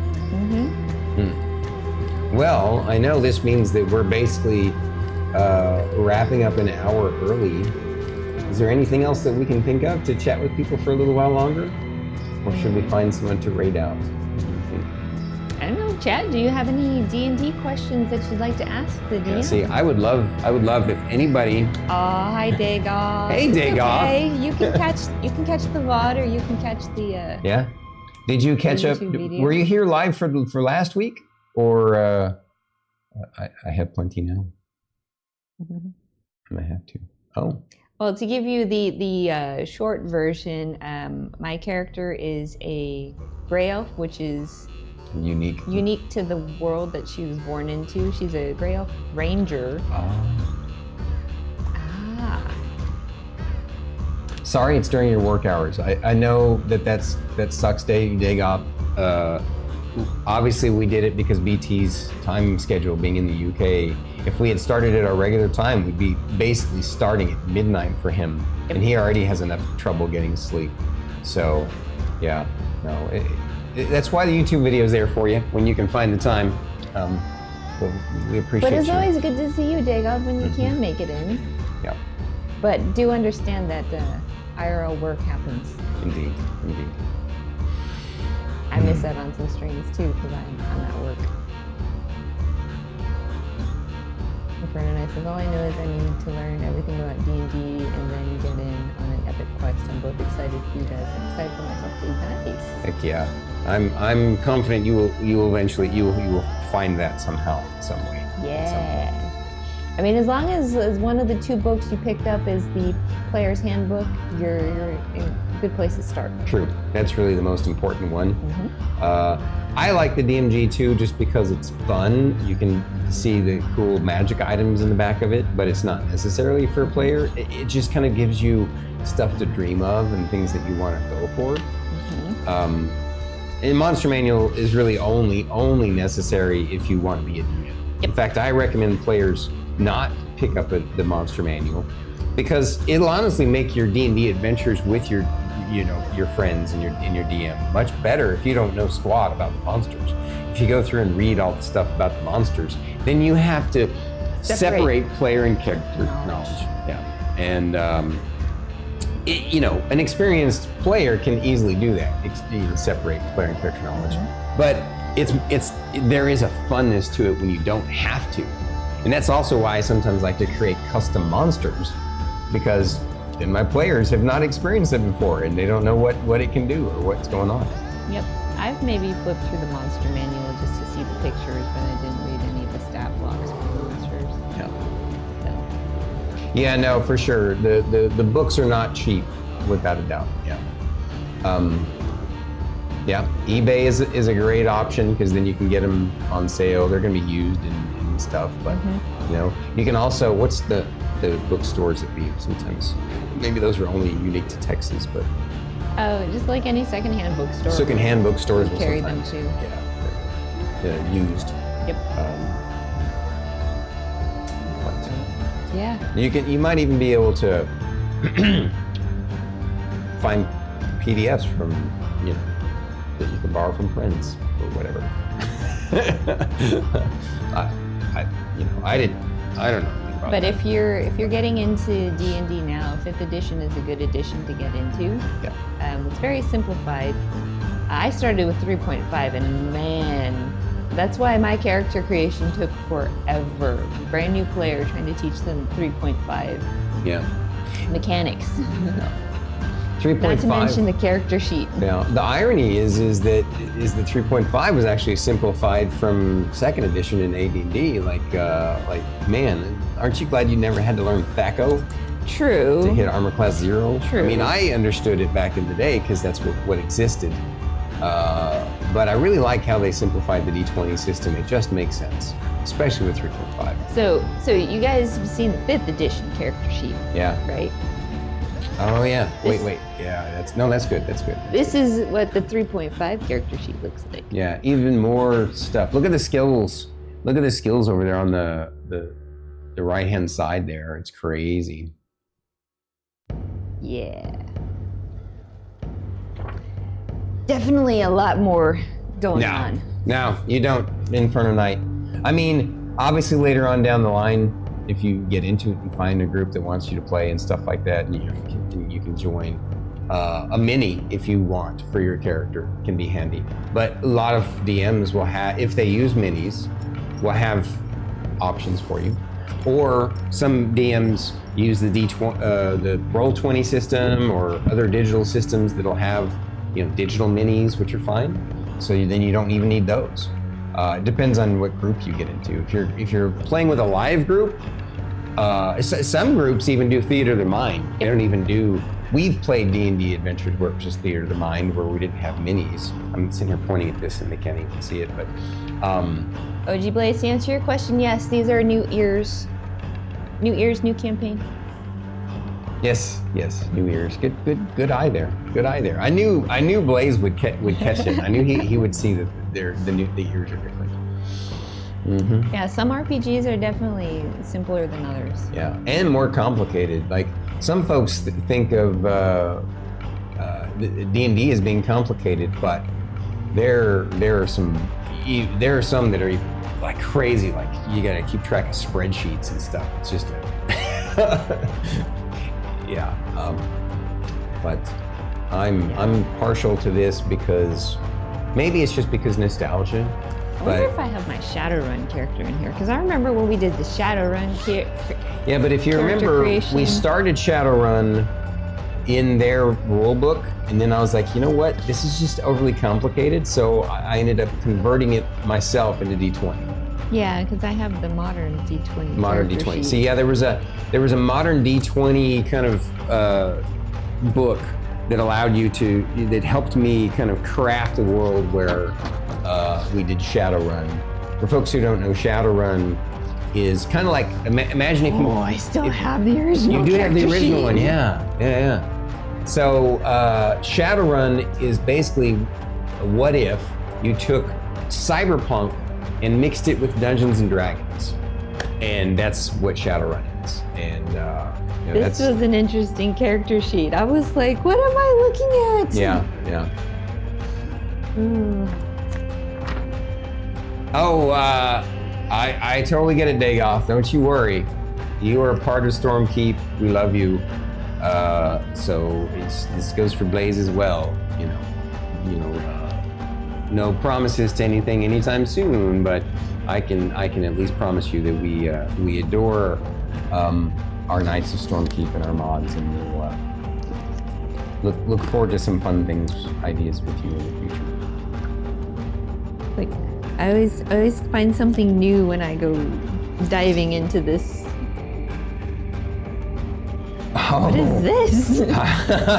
That was when we did that Wasteland. Oh, these are the campaign. Wasteland character Yeah. sheets? Yeah. Very cool. Yeah. Looking at it, I was like, why is this character named Neko-chan? Yeah. Only, I don't think, was it, I think I actually, let me see in a second. It might actually be the revamped Gamma World. Yes, this is the revamped Gamma World. Oh. Which is the progenitor to Wasteland. A lot of people don't know this. So This, for you folks who I know love video games, most of you have played Fallout, and I know how much you loved it. You probably played Fallout 3 first. Maybe you played some of the other Bethesda versions of Fallout. Maybe you're like me and you played Fallout 1 and 2, which were top-down, turn-based tactical RPGs. Loved them. To me, they were fantastic. Yeah, New Vegas, perfect. New Vegas is another one. So a lot of people don't know this, but Fallout was inspired by an old game from back in the day, a DOS game called Wasteland. And Wasteland was inspired by a TTRPG called Gamma World that came out, I would say in the late 80s. Maybe it was even the mid 80s. Probably not the late 80s, maybe the mid 80s. Because it was actually, came out not that long after Dungeons and Dragons. But Gamma World was the first kind of cool post-apocalyptic with mutants and chainsaw swords and power armor. All of those kinds of elements that you see in Fallout and Wasteland first existed in Gamma World. So Gamma World is the granddaddy of all apocalyptic technology-based worlds. And D&D is the granddaddy of all fantasy fiction style RPG worlds. Yeah, Fallout Tactics is cool too. Hell yeah. Love it. Love it. The only thing that I'm disappointed in is I didn't write dates on my character sheets of when we ran these campaigns. I should have. Oh yeah, that would have been awesome. That would have been awesome. I could, what? But I have so many characters. Yeah. So many characters. Yeah. Oh wow, Gamma World First Edition was 1978. All right, look at that. That's only a year after D&D. I knew it was around the same time. I didn't think it was that close. Wow. That's fantastic. Hell yeah, right on. Oh, yeah. Have you played a Gamma World campaign, Insomnia Night? My mind is just numbers and chaos, yeah. We know that about you, Insomnia Night. It's one of the things that's great about your stream, without a doubt. So, a long time ago. Yeah, me too, obviously, for me too. I think I played Gamma World back when it was fresh and new, either in, like I started playing D&D in 81, and so my guess is I played I played Gamma World sometime after that, within a year or so. And, but then years later, we did that Gamma World kind of conversion for fun with StarkItty and I play with a local group that are our best friends here in the city we live in. Thrall Star he comes in the channel from time to time and has played Diablo 4 with us and stuff. And he and his family are friends of ours. We play D&D every Sunday night, or every Sunday still. Yep. And although sadly tomorrow they had some stuff going on, so we won't get to play tomorrow. Yeah, we've had many fun campaigns with them. Yeah, yeah, without a doubt. Very cool. Yep. Exactly. All right. Well, I think it's been a phenomenal evening. I thank you so much for a great character. I look forward to the role playing. Stick around, guys. We're gonna raid out to someone amazing. We can brighten their night. Jay looks forward to meeting the rest of the team in the future. Agreed. Ooh, we have either Cozy or Iltacine. Man, that's kind of a hard choice. I love them both dearly. I think let's go Cozy. I figured you'd like Cozy. Yeah, let's go raid Cozy. Let me make sure that this is muted. Oh, neato. Okay. This will be a treat. All right, guys. Thank you all for joining us again. Yes. We'll be back next week with Druid IRL's character creation. That's gonna be fun. Backstory one shot. You guys are in for a treat. I like where she's going with things. It's gonna be a bit different, but I still think you guys are gonna like it a lot. So be sure to check it out. Also, I'll be back streaming again Wednesday with StarkItty. We'll be doing more StormKitty and Cyberpunk for the DLC. Whoops. stream together. I meant to pick raid. And there she is.